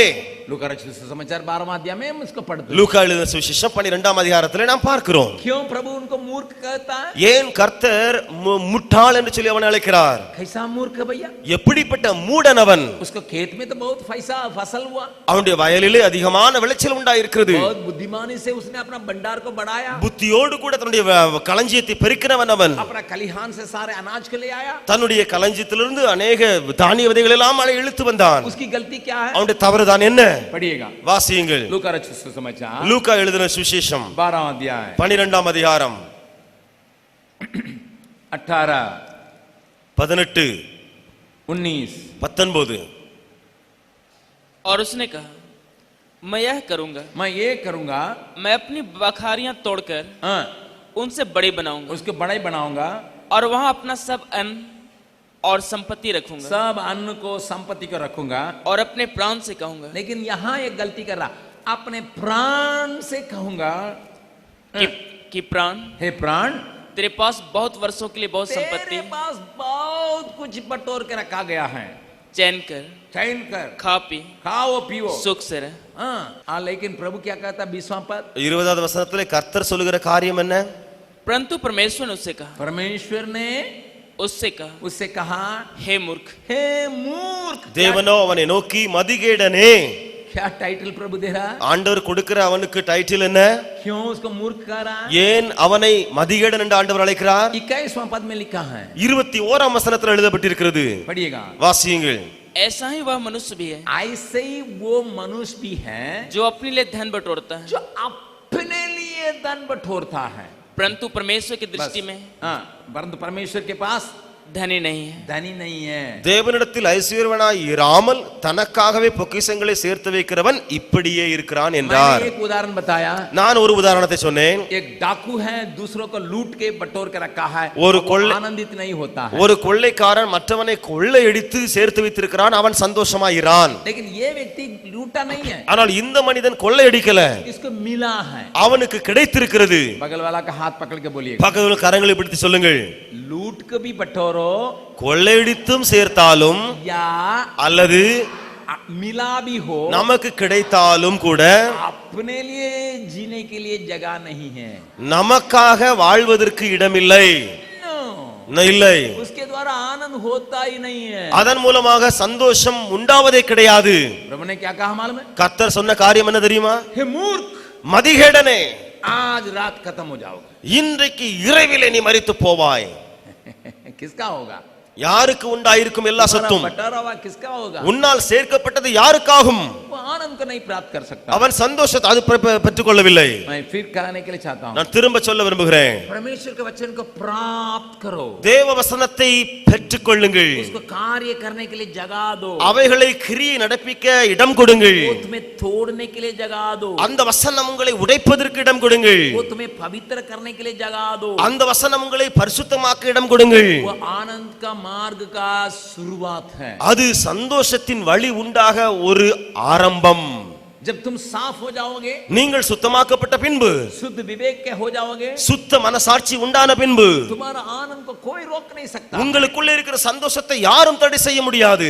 आनंद करो, சந்தோஷமாயிருங்கள். लेकिन एक और बात को भी याद, ஆனால் ஒரு காரியத்தை மனதில் வைத்துக் கொள்ளுங்கள், जिनके पास कुछ नहीं है, யாரிடத்தில் ஒன்றுமே இல்லையோ उनके लिए उपयोगी होने के लिए प्रभु तुम्हें आशीष दिया है। அவர்களுக்காக நீ பயன்பட வேண்டும் என்று சொல்லுதான் உனக்கு ஆசீர்வாதம் தந்திருக்கிறார். उनके बारे में भी सोचो, அவர்களை குறித்து நினையுங்கள், उनके लिए भी कुछ करो। அவர்களுக்காக சிலவற்றை செய்யுங்கள். जब ये दोनों बात हो जाओगे, இந்த ரெண்டு காரியமும் நீ செய்யும் பொழுது पहले काम क्या होगा? मैं முதலாவது வேலை என்ன செய்யணுமா? परमेश्वर का वचन कार्य कर, परमेश्वर का वचन का कार्य करने दो, தேவ வசனத்தை உள்ளே கிரியை செய்ய விடு, तुम्हें पवित्र करने दो, உன்னை பரிசுத்தமாக்க விடு, साफ करने दो, அது உன்னை சுத்தப்படுத்த விடு, तैयार करने दो। உன்னை ஆயத்தப்படுத்த விடு. दूसरा, இரண்டாவது, दूसरों के लिए इस्तेमाल होने के लिए उपलब्ध हो जा, மற்றவர்களுக்கு நீ பயன்பட ஆயத்தமாகி விடு. ये दोनों मिल जाएगा, இந்த ரெண்டும் இணைந்து விடும் என்று சொன்னால் प्रभु में आनंद के கர்த்தருக்குள் மகிழ்ச்சியாய் இருப்போம்.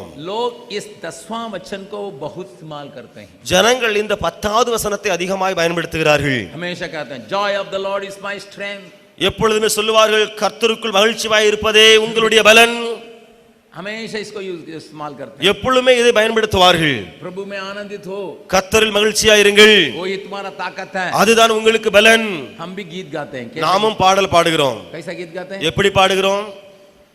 प्रभु का आनंद मेरी ताकत, கர்த்தருடைய சந்தோஷமே என்னுடைய பலன்.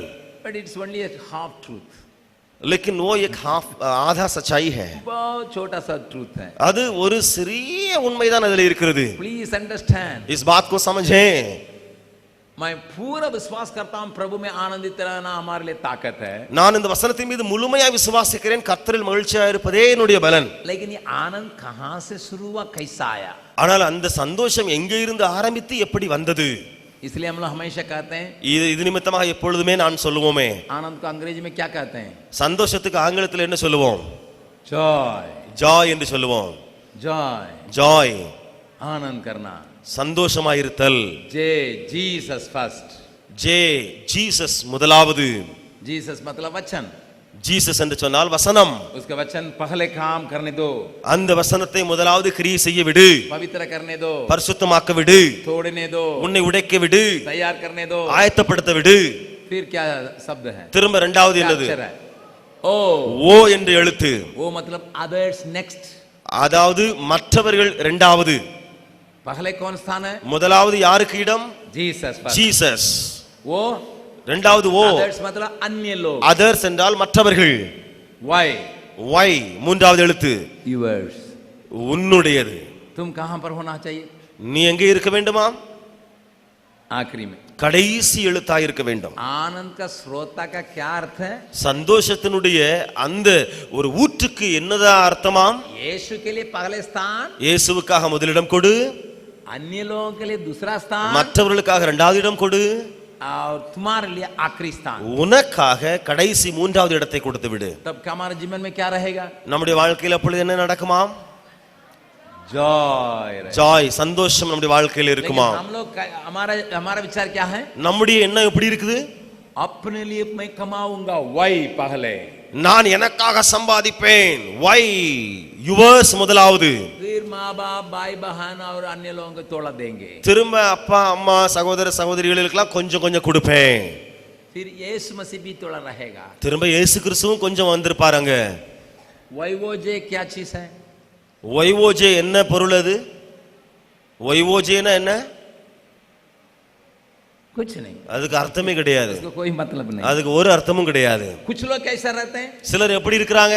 हम माँ बाप के लिए देंगे, भाई बहन के लिए देंगे, मेरे लिए कुछ नहीं रखेंगे, நான் என்னுடைய தாய் தகப்பனுக்காக கொடுப்பேன், எனக்காக ஒண்ணும் வைக்க மாட்டேன்னு சொல்லுவாங்க.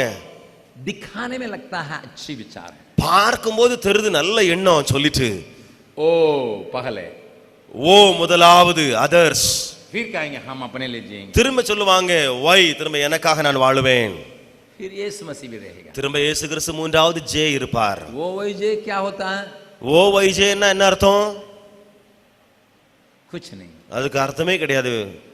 सही आनंद சரியான சந்தோஷம் इस तरीका से मिलता है। இப்படிப்பட்ட விதத்துல தான் கிடைக்கும்.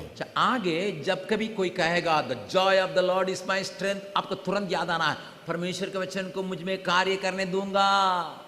யாராவது இப்படி சொன்னா பின்னால சொல்லுவார்கள் சொன்னா கர்த்தரில் மகிழ்ச்சி இருப்பது என்னுடைய பலன் என்று சொன்னால் உங்களுக்கு முதலாவது ஞாபகம் வர வேண்டும், கர்த்தருடைய வசனம் எனக்குள்ளே கிரியை செய்ய நான் விடுவேன். मैं फिर कहने के लिए चाहता हूं, திரும்ப நான் சொல்ல விரும்புகிறேன், उसको तोड़ने दीजिए, அதை உடைக்க உங்களை உடைக்க விடுங்கள், उसको साफ करने दीजिए, அதை உங்களை சுத்தப்படுத்த விடுங்கள், उसको बनाने दीजिए, அதை உங்களை உருவாக்க விடுங்கள். अगर नहीं करते हैं இப்படி இல்லை என்று சொல்லி சொன்னால் आप आनंद की योग्यता नहीं है, நீங்கள் சந்தோஷத்தை பெறுகிறவர்களாக மாற மாட்டீர்கள். फिर दूसरों के लिए इस्तेमाल हो जाइए, திரும்ப இரண்டாவது மற்றவர்களுக்காக பயன்படுங்கள், நீங்கள் वो आनंद बने रहेगा। அந்த சந்தோஷம் உங்களில் நிலைத்திருக்கும்.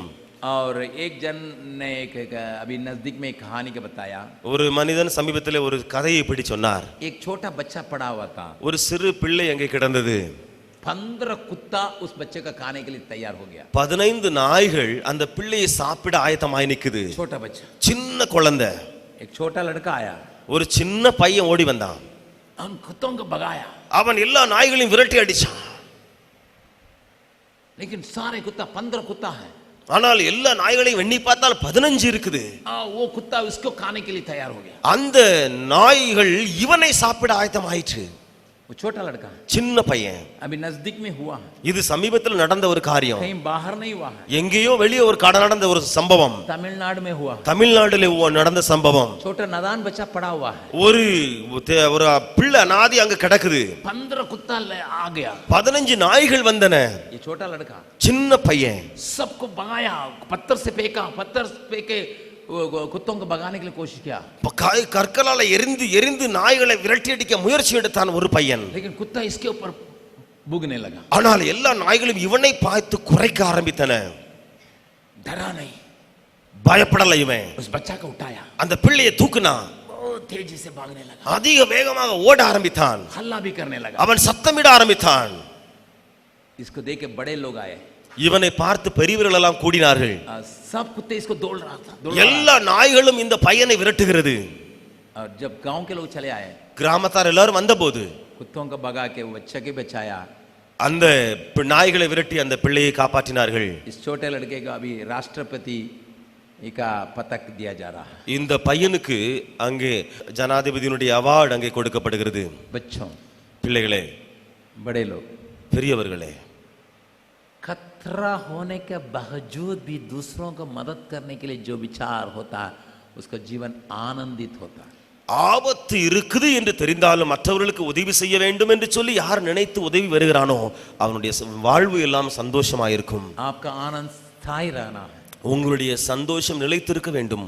परमेश्वर में आनंदित होने के लिए कारण को बहुत लोग भूल जाते हैं. கர்த்தரில் மகிழ்ச்சியா இருக்க வேண்டும் என்ற என்னுடைய காரணத்தை அநேகர் மறந்து விடுகிறார்கள். कैसा होता है उसको भूल जाते हैं. எப்படி அது உருவாகிறது என்பதை ஜனங்கள் அறியாமல் இருக்கிறார்கள். लेकिन यहाँ पर लोगों के अंदर ये कार्य हुआ. இங்கே ஜனங்களுக்குள்ளே ஒரு கிரியை நடந்தது. प्रभु इस कार्य को हमारे अंदर करने दे. தேவன் இந்த கிரியை நமக்குள்ளே செய்வாராக. परमेश्वर का आनंद हम में बने रहने पाए. தேவனுடைய மகிழ்ச்சி சந்தோஷம் நமக்குள்ளே நிலைத்திருக்கட்டும்.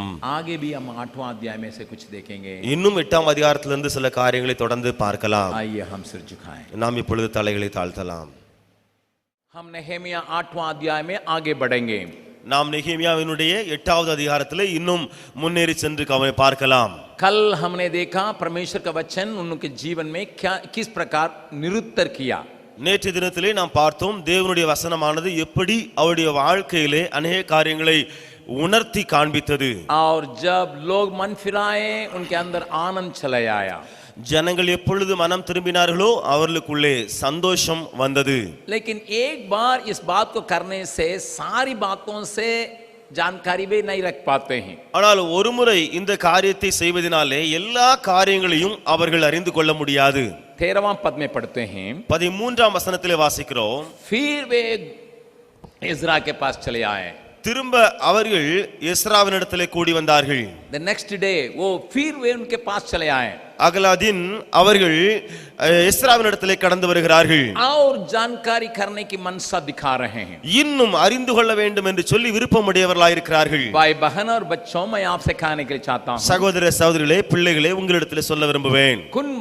कुछ वचनों को पढ़ने के द्वारा आप प्रभु के बातों को समझ सकेंगे. சில வசனங்களை வாசிப்பதன் மூலமாக நீங்கள் தேவனுடைய காரியங்களை அறிந்து கொள்ள முடியும். हमारे त्रुटियों को हम पहचान सकेंगे. நமக்கு உள்ளே இருக்கிற குறைகளை நாம் தெரிந்து கொள்ளலாம்.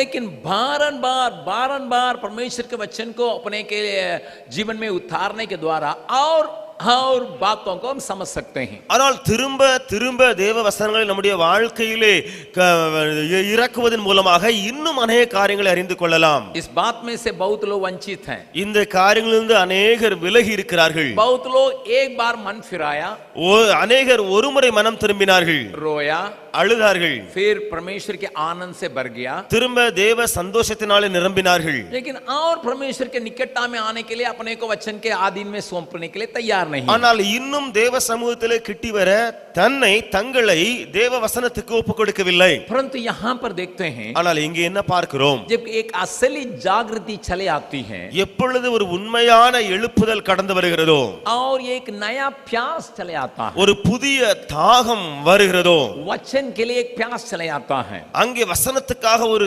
தாகம் எப்பொழுது எடுக்கிறதோ, मैं हमेशा एक बात को याद करता हूं. நான் எப்பொழுதுமே ஒரு காரியத்தை ஞாபகத்தில் வைத்து சொல்லுவேன். जब कभी एक जागृति व्यक्तिगत रूप में या सामाजिक रूप में चले आता है, எப்பொழுதெல்லாம் எழுப்புதல் தனிப்பட்ட மனிதனுடைய வாழ்விலே அல்லது ஒரு சமுதாய குழுவினுடைய வாழ்விலே வருகிறதோ, तो एक चिन्ह के रूप में ये दिखाई पड़ता है. அப்பொழுது அது ஒரு அடையாளம் மூலமாக தெரியப்படும். और वचन को जानने है, இன்னும் வசனத்தை அறிய வேண்டுமே, और परमेश्वर की मनसा को जानना है, இன்னும் தேவனுடைய மனதை அறிந்து கொள்ள வேண்டுமே, और अर्पित होना है. இன்னும் நான் அர்ப்பணிக்க வேண்டுமே. जहां ये प्यास नहीं है, எங்கே இந்த தாகம் இல்லையோ, वो जागृति के ऊपर मैं शक करता हूं. அந்த எழுப்புதலின் மேலே நான் சந்தேகப்படுகிறேன். आपके जीवन में, मेरे जीवन में, உங்களுடைய வாழ்விலாகட்டும் என்னுடைய வாழ்விலாகட்டும், आप इस बात को मन में रखना है. நீங்கள் இந்த காரியத்தை மனதில் வையுங்கள். एक सही प्यास, जैसा भजन संगीता का लेके कहता है, जैसे हरिणी जल के लिए तड़पती है, हे प्रभु मैं तेरे वचन के लिए तड़पता हूं. ये तड़प हमेशा होने की आवश्यकता है. ஒரு சரியான தாகம் எப்படி சங்கீதக்காரன் தன்னுடைய வசனங்களில் எழுதுகிறானோ, மானானது நீரோடைகளை வாஞ்சித்து கதறுவது போல, ஆண்டவரே உம்மை நோக்கி நான் கதறுகிறேன் என்று சொல்கிறது போல நாமும் வசனத்திலே அவ்வளவு பிரியமாயிருக்க வேண்டும். तबे हम कह सकते हैं हम जागृत हैं. அப்பொழுதுதான் நாம் சொல்ல முடியும் நான் எழுப்புதல் அடைந்திருக்கிறேன். और जब वे पढ़ने शुरू किए, அங்கே அவர்கள் வாசிக்க அவன் ஆரம்பித்த போது वहां एक बात को पाए. அங்கே ஒரு காரியத்தை அவர்கள் கண்டார்கள். 14 पद को पढ़िएगा. 14 वசனத்தை வாசிக்கலாம். उन्हें व्यवस्था में यह लिखा हुआ मिला व्यवस्था में ये लिखा हुआ मिला कि यहोवा ने मूसा के द्वारा यह आज्ञा दी थी मूसा के द्वारा प्रभु परमेश्वर ने आज्ञा दी थी कि इस्राएली 7वें महीने के वर्ष के समय इजरायली 7वें महीने में झोपड़ियों में रहा करे और वे झोपड़ियों को बना के उसमें ठहरना है. அப்பொழுது நியாயப்பிரமாணத்திலே இஸ்ரவேல் புத்திரர் 7ஆம் மாதத்தின் பண்டிகையிலே கூடாரங்களிலே குடியிருக்க வேண்டும் என்று கர்த்தர் மோசேயை கொண்டு கற்பித்த காரியம் எழுதியிருக்கிறதை கண்டார்கள். और इस बात को अंग्रेजी में कहते हैं द फीस्ट ऑफ टैबरनेकल.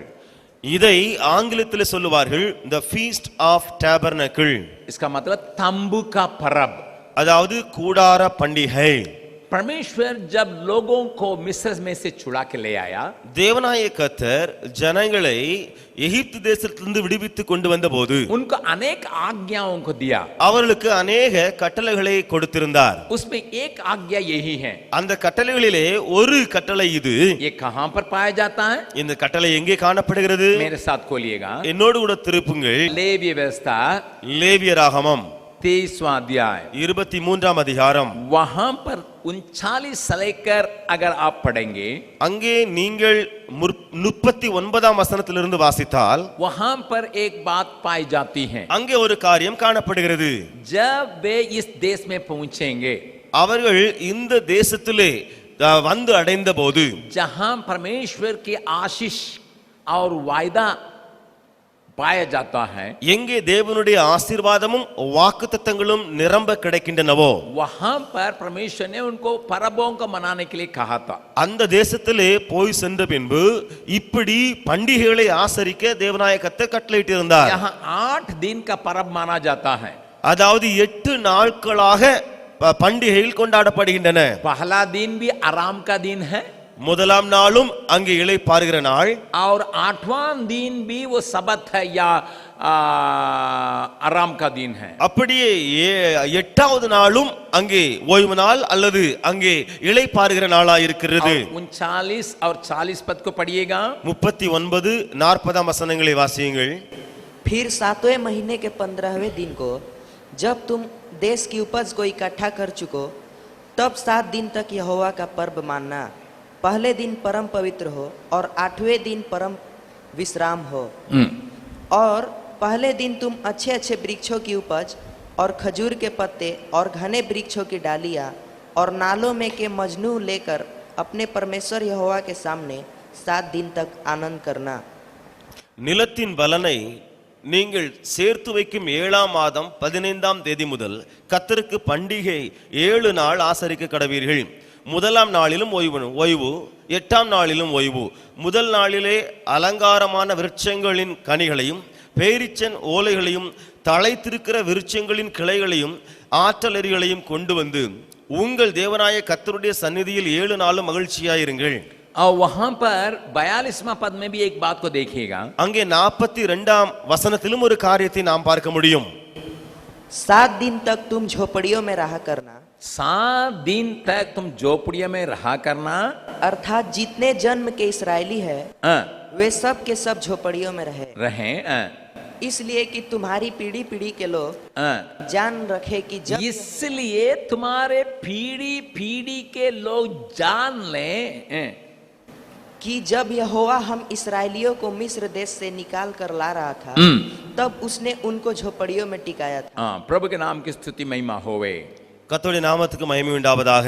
यहाँ पर एक बात को प्रभु कहता है, இங்கே கர்த்தர் ஒரு காரியத்தை சொல்லுகிறார். जब तुम देश में पहुंच जाओगे, நீ அந்த தேசத்திலே போய் சேர்ந்த பின்பு जब वहां का फसल को बटोरोगे, அங்கே இருக்கிற எல்லா கனிகளையும் மற்ற காரியங்களையும் சேர்ப்பாய். जब भरपूर हो जाओगे, நீ அங்கே நிறைவாய் இருக்கும்போது जब मेरे कही हुई आशीषें तुम्हारे जीवन में बीत जाएगा, என்னால் சொல்லப்பட்ட ஆசீர்வாதங்கள் எல்லாம் உங்களுடைய வாழ்விலே நீங்கள் காண கிடைக்கும் போது तुम ये काम करना, அப்பொழுது நீங்கள் ஒரு காரியம் செய்ய வேண்டும். इधर उधर से पत्ता वगैरह का ले आके இங்கேயும் அங்கேயும் இருந்து ஓலைகளையும் மற்ற காரியங்களையும் சேர்த்து और डालियों को ले आके இன்னும் கிளைகளையும் சேர்த்து तंबुओं को बनाना, கூடாரங்களை நீங்கள் உருவாக்க வேண்டும். एक हफ्ता तक उसमें रहा करना. ஒரு வாரம் வரைக்கும் அந்த கூடாரங்களுக்குள்ளே இருக்க வேண்டும். इसका कारण क्या है? இதனுடைய காரணம் என்ன? क्यों परमेश्वर ने इस आज्ञा को दिया? ஏன் கர்த்தர் இந்த கட்டளையை கொடுத்தார்? मेरी बात को थोड़ा ध्यान से सुनिएगा. என் காரியங்களை கவனித்து கேளுங்கள். वचन में आया है, வசனத்தில் சொல்லப்பட்டிருக்கிறது, एक ஒன்று, तुम्हारे आने वाले पीढ़ी को मालूम होना चाहिए, அதாவது இன்னும் உங்களுடைய வரப்போகிற சந்ததியார் அறியும்படிக்கு किस दशा में तुम थे. நீங்கள் எந்த நிலைமையிலே இருந்தீர்கள். मिस्र में तंबू में तुम रहा करता था. எகிப்திலே நீங்கள் எல்லாரும் கூடாரங்களில் வசித்து வந்தவர்கள். इस बात को तुम्हारे लोग जान याद करना है. இந்த காரியத்தை உன்னுடைய ஜனங்கள் எல்லாம் ஞாபகத்தில் வைக்க வேண்டும். एक बात. இது ஒரு காரியம். दूसरी बात, இரண்டாவது ஒரு காரியம், तुम्हारे लोगों को मालूम होना चाहिए, உங்கள் ஜனங்களுக்கெல்லாம் தெரிந்திருக்க கடவது, भरपूर आशीष रहने के समय முழுவதும் ஆசீர்வாதம் நிறைந்திருக்கும் போது और तुम तंबू में रह के ये दिखाना, நீங்கள் கூடாரங்களில் இருந்து இதை காண்பிக்க வேண்டும். इस पृथ्वी पर तुम परदेसी है. இந்த உலகத்திலே நீங்கள் பரதேசிகள் என்பதை. मेरी बात को थोड़ा ध्यान दीजिए. என் காரியங்களை கொஞ்சம் கவனித்து இங்கே கேளுங்கள். जब कुछ भी नहीं रहता, परदेसी जैसा जीना आसान है. நாம் ஒன்றுமே இல்லாதிருக்கும் போது பரதேசியை போல வாழ்வது எளிது. मेरे पैकेट में पैसा नहीं है, என்னுடைய பாக்கெட்ல பணம் இல்லை, मेरे घर में खाने के लिए कुछ नहीं है, என்னுடைய வீட்டிலே சாப்பிடுவதற்கு ஒன்றுமே இல்லை, या हमारे पास और अन्य व्यवस्था नहीं है, அல்லது என்னிடத்துல வேற வசதிகளும் கிடையாது, हम आराम से कह सकते हैं मैं परदेसी हूँ, நான் அழகாக சொல்லி விடுவேன் நான் ஒரு பரதேசி என்று சொல்லி, मैं परदेसी हूँ भैया, நான் பரதேசி ஐயா என்று சொல்லி விடுவேன். मेरे पास कुछ नहीं है. என்னிடத்துல ஒண்ணுமே இல்ல. लेकिन जब पैकेट भर के पैसा रहेगा, ஆனால் பாக்கெட் நிறைய பணம் இருக்குன்னு சொன்னா, बर्तन भर के खाना रहेगा, அங்கே பாத்திரங்கள் எல்லாம் சாப்பாட்டால் நிறைந்திருக்கிறது என்றால், मेज भर के फूलों से फलों से भरा रहेगा, அங்கே முழுவதும் கனிகளாலும் மற்ற காரியங்களெல்லாம் நிறைந்திருக்கிறது என்று சொன்னால், हम परदेसी कह सकेंगे? நாம் பரதேசின்னு சொல்லலாமா? சொல்ல முடியுமா? कर सकेंगे? நான் சொல்ல முடியுமா பரதேசி என்று சொல்லி? बड़ी दिक्कत है. பெரிய கஷ்டமா இருக்கும். அங்கே जब कुछ नहीं रहता तो हम लोग कहते हैं हम परदेसी हैं. ஒண்ணும் இல்லாதிருக்கும் பொழுது ஜனங்கள் சொல்லுவார்கள் நான் பரதேசி பரதேசி என்று சொல்லி तुरंत सिद्धांत बोलने शुरू करते हैं. உடனடியாக ஒரு பெரிய டாக்டரின் சொல்ல ஆரம்பித்துருவாங்க. क्या लाए हैं, क्या ले जाएंगे. நான் கொண்டு வந்தது ஒன்றும் கொண்டு வரவில்லை, ஒன்றும் கொண்டு போவதும் இல்லை. लेकिन जब सब कुछ रहता है, ஆனால் எல்லாம் நிறைந்திருக்கும் போது उस समय परदेसी कहना आसान नहीं. அந்த நேரத்தில் நான் பரதேசி என்று சொல்லி சொல்லுவது எளிதல்ல. परमेश्वर एक बात को यहाँ दिखाने के लिए चाहता है. கர்த்தர் ஒரு காரியத்தை இங்கே காண்பித்து கொடுக்க விரும்புகிறார். तुम्हारा बाप इब्राहिम உங்கள் பிதாவாகிய ஆபிரகாம் देश भर में बहुत बड़ा आदमी था.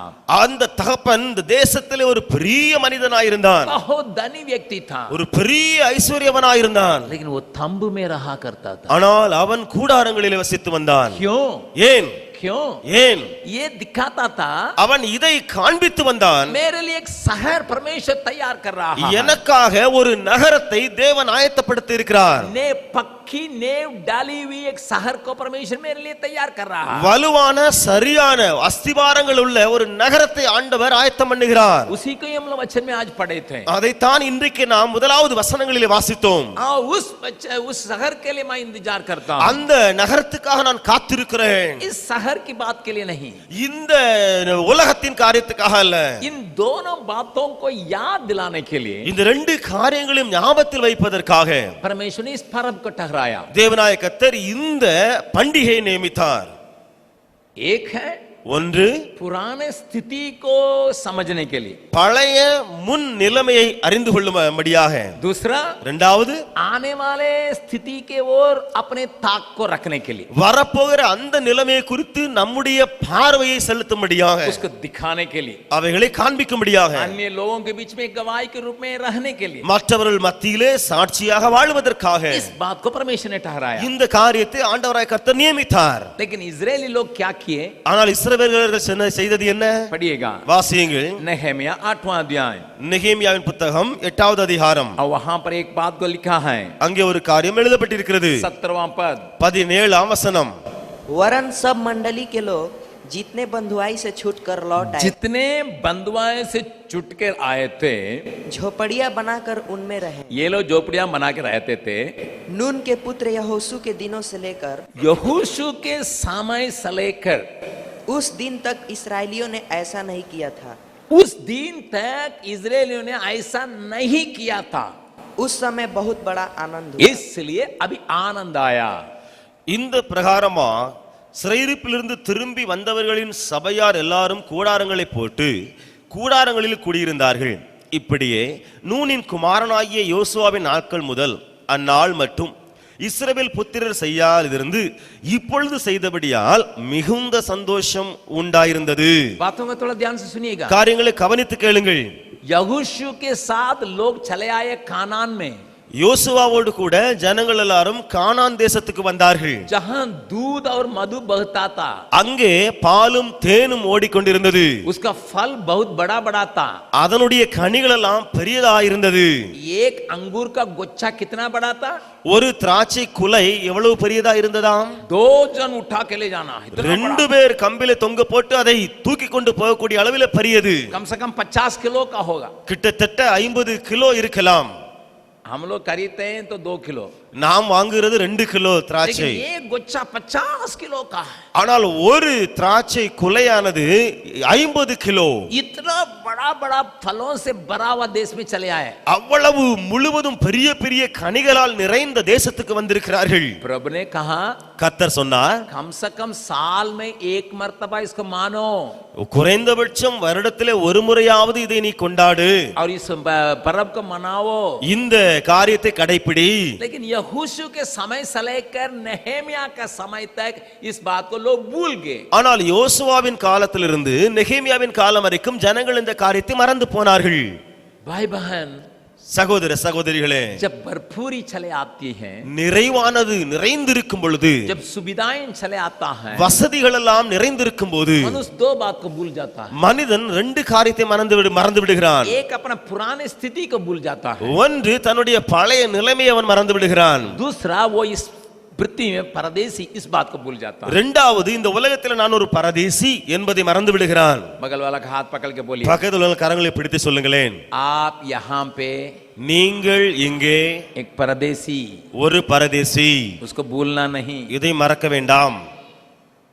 क्यों मैं इस बात को कहता हूँ? நான் ஏன் இந்த காரியத்தை சொல்லுகிறேன்? क्यों इस बात को आपको याद दिलाता हूँ? ஏன் ஞாபகம் ஊட்டுகிறேன் உங்களுக்கு?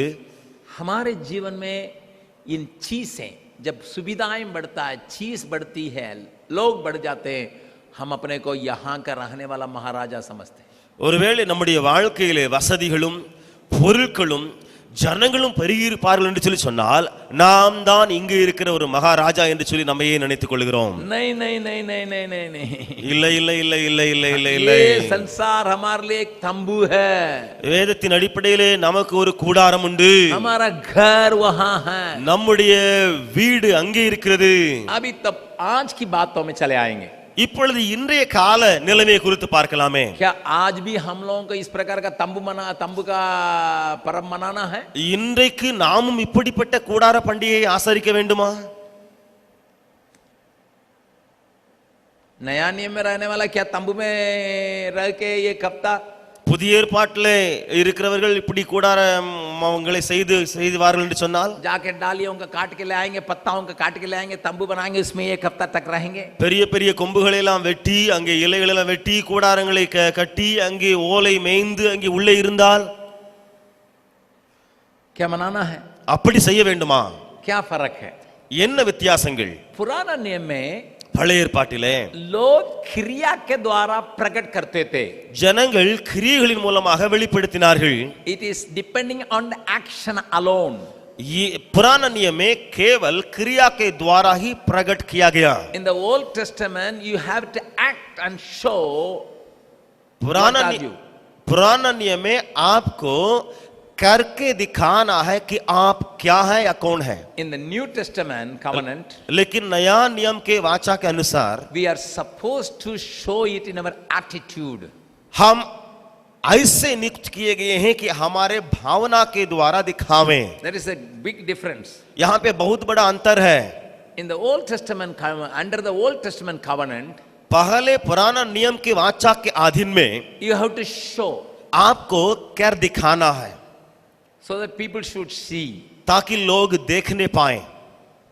But in the New Testament, under the New Testament covenant, लेकिन नया नियम के उस वाचा के अधीन में the attitude is much more important than your action. आपके भावना जो है आपकी क्रियाओं से बढ़ करके है. In the Old Testament covenant, पुराना नियम के वाचा में you can have all the pride inside, आपके भीतर सारे प्रकार की गर्व या घमंड को रख सकते हैं. but you can live under the tabernacle or the tent. और रखते हुए आप एक तंबू के नीचे उसके भीतर निवास कर सकते हैं. People will see लोग आपको देखेंगे and they will say, और वे कहेंगे hey, this man is celebrating that feast. हाँ, ये व्यक्ति जो है देखो ये पर्व को मना रहा है. How much he is obeying the word of God. देखो कितना परमेश्वर के आज्ञाकारी हो जा रहा है. Because he is living under the tent. क्योंकि वो तंबू में वास करता है. But in the Old Testament and the New Testament, लेकिन नया नियम में we are not just showing outside. हम वहां बाहर ही दिखाने की जरूरत नहीं है. We are not going to live under the tent. हम उस प्रकार की तंबुओं के अंदर वास करने की जरूरत नहीं है. And it should be inside the attitude. लेकिन हमारे भीतर का भावना सहित बातें होना चाहिए. And in the Old Testament, पुराना नियम में it is for only 1 week. एक ही सप्ताह के लिए दिखाया गया. In the New Testament, लेकिन नया नियम में it is every day. प्रतिदिन की बात होनी चाहिए. कभी-कभी हम इस बात को भूल जाते हैं. சில நேரங்களில் இந்த காரியங்களை எல்லாம் மறந்து விடுகிறோம். इस बात को समझना जरूरी है. இந்த காரியங்களை புரிந்து கொள்வது அவசிய தேவை. बाइबल इसलिए बतलाती है, வேதம் எதற்காக சொல்லுகிறது? मनुष्य बाहर देखता है, மனிதன் வெளிப்புற தோற்றத்தை பார்க்கிறான். परमेश्वर हमारा भीतरीय भावनाओं को देखता है. ஆனால் தேவநாயகத்தரோ உள்ளே இருக்கிற உணர்வு பாவனை உணர்ச்சிகளை பார்க்கிறார். परमेश्वर हमारे हृदय को देखता है. தேவன் நம்முடைய இருதயத்தை பார்க்கிறார். मैं मुंह से कह सकता मैं परदेसी हूं, परदेसी हूं, परदेसी हूं, நான் வாயினாலே சொல்ல முடியும் நான் பரதேசி பரதேசி பரதேசி பரதேசி என்று. लेकिन भीतर कह सकता हूं ஆனால் உள்ளே சொல்ல முடியும் मेरे जैसा धनी कोई नहीं है, என்னை போல ஒரு ஐஸ்வர்யவான் உண்டோ? मेरे पास बहुत पैसा है, என்னிடத்தில் அதிக பணம் இருக்கிறது. मेरे पास बहुत साधन है, என்னிடத்தில் அதிக பொருட்கள் இருக்கின்றன. मेरे पास बहुत लोग हैं. என்னிடத்தில் अनेक ஜனங்கள் இருக்கின்றன. लेकिन मुंह में क्या हो सकता, ஆனால் வாயில என்ன? हाँ परदेसी है. நான் ஒரு பரதேசிப்பா. लोग समझेंगे परदेसी परदेसी कहता है, ஜனங்கள் நினைப்பார்கள் இவன் பரதேசி பரதேசின்னு சொல்றானப்பா. लेकिन परमेश्वर कहता है एकदम मूर्ख. ஆனால் தேவன் சொல்லுவார் ஏ மதிகேடனே, बहुत होशियारी के साथ रहना. ரொம்ப எச்சரிக்கையாய் நாம் வாழ வேண்டுமே. अभी मैं आपको बतलाने के लिए चाहता हूं, நான் இப்பொழுது உங்களுக்கு சொல்லட்டும். जो अपने विचार में, अपने भावनाओं में अपने को परदेसी समझता है, யார் தன்னுடைய எண்ணங்களிலே தன்னுடைய உள்ளான உணர்வுகளிலே நான் ஒரு பரதேசி என்று எண்ணுகிறானோ वो कैसे जिएगा? அவன் எப்படி வாழ்வான்? बोले ना, சொல்லுங்க, அவனுடைய வாழ்க்கை எப்படி இருக்கும்? कैसे जिएगा? எப்படி வாழ்வான்? हैं? मान लीजिए आपने बहुत प्यार से एक चीज खरीद के लाया, இப்படி வைத்துக் கொள்ளுங்கள், அதிகமாக நேசித்து ஒரு பொருளை வாங்கி நீங்க வந்திருக்கீங்க. जरूर पैसा लगा, அதுக்கு பணம் கண்டிப்பா தேவைப்பட்டுச்சு, போட்டீங்க. मान लीजिए शीशा का एक फ्लावर पॉट ले आया, ஒரு அழகான ஃப்ளவர் பாட் ஆனது ஒரு கண்ணாடியினால செய்யப்பட்டது. फूलदान, फूल रखने के लिए एक अच्छा सा बहुत सुंदर है. அதாவது பூக்களை உள்ள வைக்கும்படியாக பூ கொத்துக்களை வைக்கும்படியாக நல்ல அழகான ஒரு ஃப்ளவர் பாட் வாங்கி வந்திருக்கீங்க. आपके घर में एक मेहमान आए, உங்க வீட்டுக்கு ஒரு விருந்தினர் வந்திருக்கிறாங்க. वो बच्चा को ले आए, தன்னுடைய பிள்ளையை கூட்டு வந்திருக்கிறாரு. वो बच्चा बहुत चंचल है, அந்த பிள்ளை ரொம்ப சுட்டி. उसने क्या किया? அந்த பிள்ளை என்ன செஞ்சது? टेबल क्लॉथ को खींच लिया। அந்த வைக்கப்பட்ட அந்த கிளாஸ் இருக்கிறத டேபிள் கிளாத்தை ஒரு இழுத்துட்டு वो फ्लावर पॉट जो है गिर के टूट गया। அந்த ஃப்ளவர் பாட்டு கீழே விழுந்து உடைஞ்சு போச்சு। अभी आपकी भावना कैसा रहेगा? இப்பொழுது உங்களுள்ள இருக்கிற இந்த பாவனை எப்படி இருக்கும்? लोग क्या कहते हैं मालूम है? ஜனங்கள் என்ன சொல்வார்கள் தெரியுமா? बच्चा पाला, बच्चा का என்ன பிள்ளைய வளர்த்திருக்க, பிள்ளைய வளர்த்திருக்க நீ, खड़े वलत कैसा चंचल है कि मैं इतना प्यार से ले आया, कले ले आया, आज आया खींच लिया टूट गया। நேற்றுக்கு தான் கொண்டு வந்தேன், எவ்வளவு நேசித்து கொண்டு வந்தேன், வந்தா இழுத்தான் உடைச்சு போட்டுட்டு இருக்கானே। वो मेहमान कह रहा सारी सारी सारी, அந்த விருந்தர் சொல்லுவாரு மன்னிக்கிறேன், மன்னிச்சிருங்க, लेकिन மன்னிச்சிருங்க। आप भीतर क्या सोचेंगे? ஆனா உள்ள நீங்க என்ன நினைப்பீங்க? सारी कहने से हो ही जाएगा। அப்படியே நீங்க சாரின்னு சொன்ன உடனே எல்லாம் முடிஞ்சு போச்சோ? मैं 500 रुपया दे के खरीद के आया, 500 500 रुपया दीजिए तब अच्छा पूरा। 500 ரூபாய் கொடுத்து வாங்கிட்டு வந்திருக்கேன், நீங்க 500 ரூபாய் கொடுங்க, அப்போ அது சரியாகும்। लेकिन मुंह में क्या कहेंगे? ஆனா வாயில என்ன சொல்லுவோம்? हम परदेसी हैं, நான் ஒரு பரதேசியா இருக்கிறேன், यहाँ के नहीं है, இங்கே இருக்கிறவர்கள் அல்ல, कुछ भी हमारा नहीं है, இங்கே இருக்கிறது ஒன்றும் எங்க நம்முடையதல்ல, वहाँ के हैं। நாம் எல்லாம் அந்த ராஜ்யத்துக்குரியவர்கள்। आपको ठोक के देखेंगे तब पता चलेगा आप परदेसी है या सुदेसी है। உங்களை கொஞ்சம் தொட்டு உங்களை அப்படி சீண்டி பார்த்தா தெரியும் நீங்க பரதேசியா இல்லாட்டினா உங்க சுவதேசியான்னு தெரியும்। ठीक है, गलती से हो गया, ஏதோ தவறால அங்க உடைஞ்சு போச்சு, हो गया, गलती से हो गया। அது தவறா ஆயிற்று, அது அப்படி பரவாயில்லை। मैं जब मलेशिया गया था दिसंबर महीना में, நான் மலேசியாவுக்கு போன போது டிசம்பர் மாதத்திலே एक भाई ने मुझे एक सुंदर बहुत प्यारा टी शर्ट का खरीद के दिया। ஒரு சகோதரன் எனக்கு மிகவும் அழகான ஒரு டி ஷர்ட் வாங்கி கொடுத்தார்। मैं बहुत पसंद से उसको लिया, நான் அதிக பிரியப்பட்டு அந்த டி ஷர்ட்டை நான் பெற்றுக்கொண்டேன்। क्योंकि यात्रा में वो पहनने में बहुत सुविधा रहता था। ஏனென்றால் பிரயாணத்திலே அதை போடும் பொழுது ரொம்ப கம்ஃபர்ட்டா இருக்கும்। यहाँ एक दिन आके पहना, இங்கே ஒரு நாள் வந்து அதை போட்டேன், धोने के लिए डाला, அதை நான் துவைப்பதற்காக போட்டேன்। अभी पता नहीं है कहाँ गया है, ஆனால் இப்பொழுதே தெரியாது அது எங்கே போய் மறைஞ்சு கிடக்கு, எங்க போயிட்டுன்னு தெரியாது।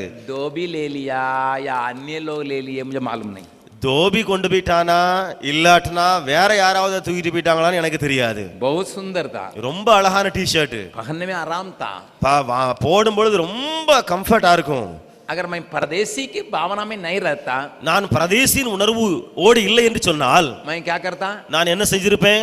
धोबी का पैसा काटता, நான் அங்கே வண்ணானுக்கு பணத்தை கட் பண்ணிருப்பேன்। घर में किसी का रहने नहीं देता, कहाँ करते हैं, வீட்டுல யாரையும் இருக்க விட மாட்டேன்। என்ன செஞ்சிட்டு இருக்கீங்க, என்ன செஞ்சிட்டு இருக்கீங்க, அதை எங்க एक प्यार से मैं ले आया, நான் என்ன நேசிச்சதை கொண்டு வந்திருக்கிறேன்। कितना आरामदायक था, எவ்வளவு எனக்கு அது ரொம்ப சுகமா இருந்துச்சு போடும்போது। मैं किसी को भी देखूंगा क्या कहूंगा?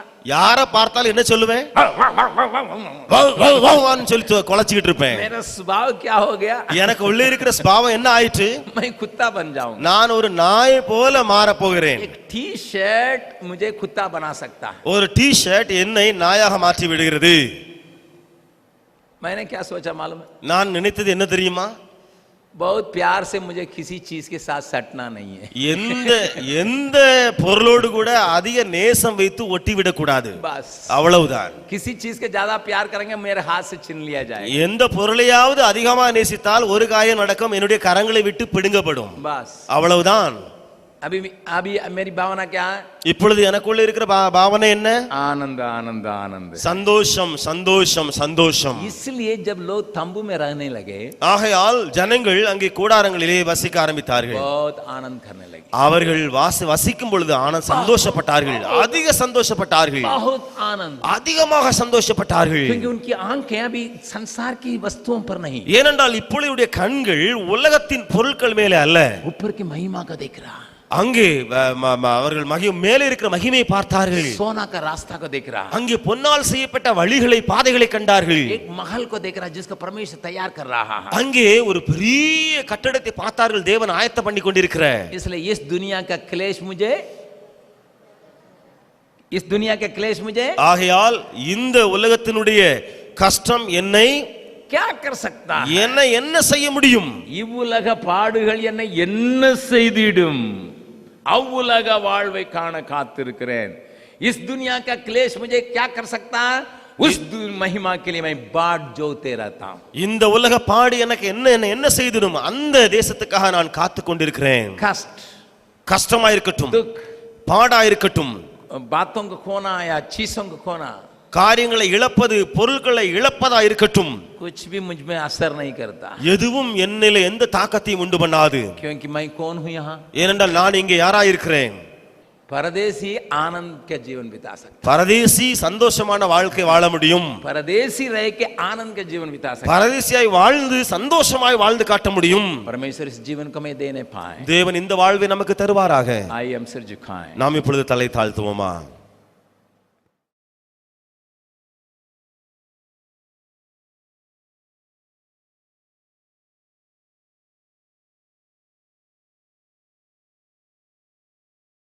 नेहेमिया के किताब में से हम देख रहे हैं.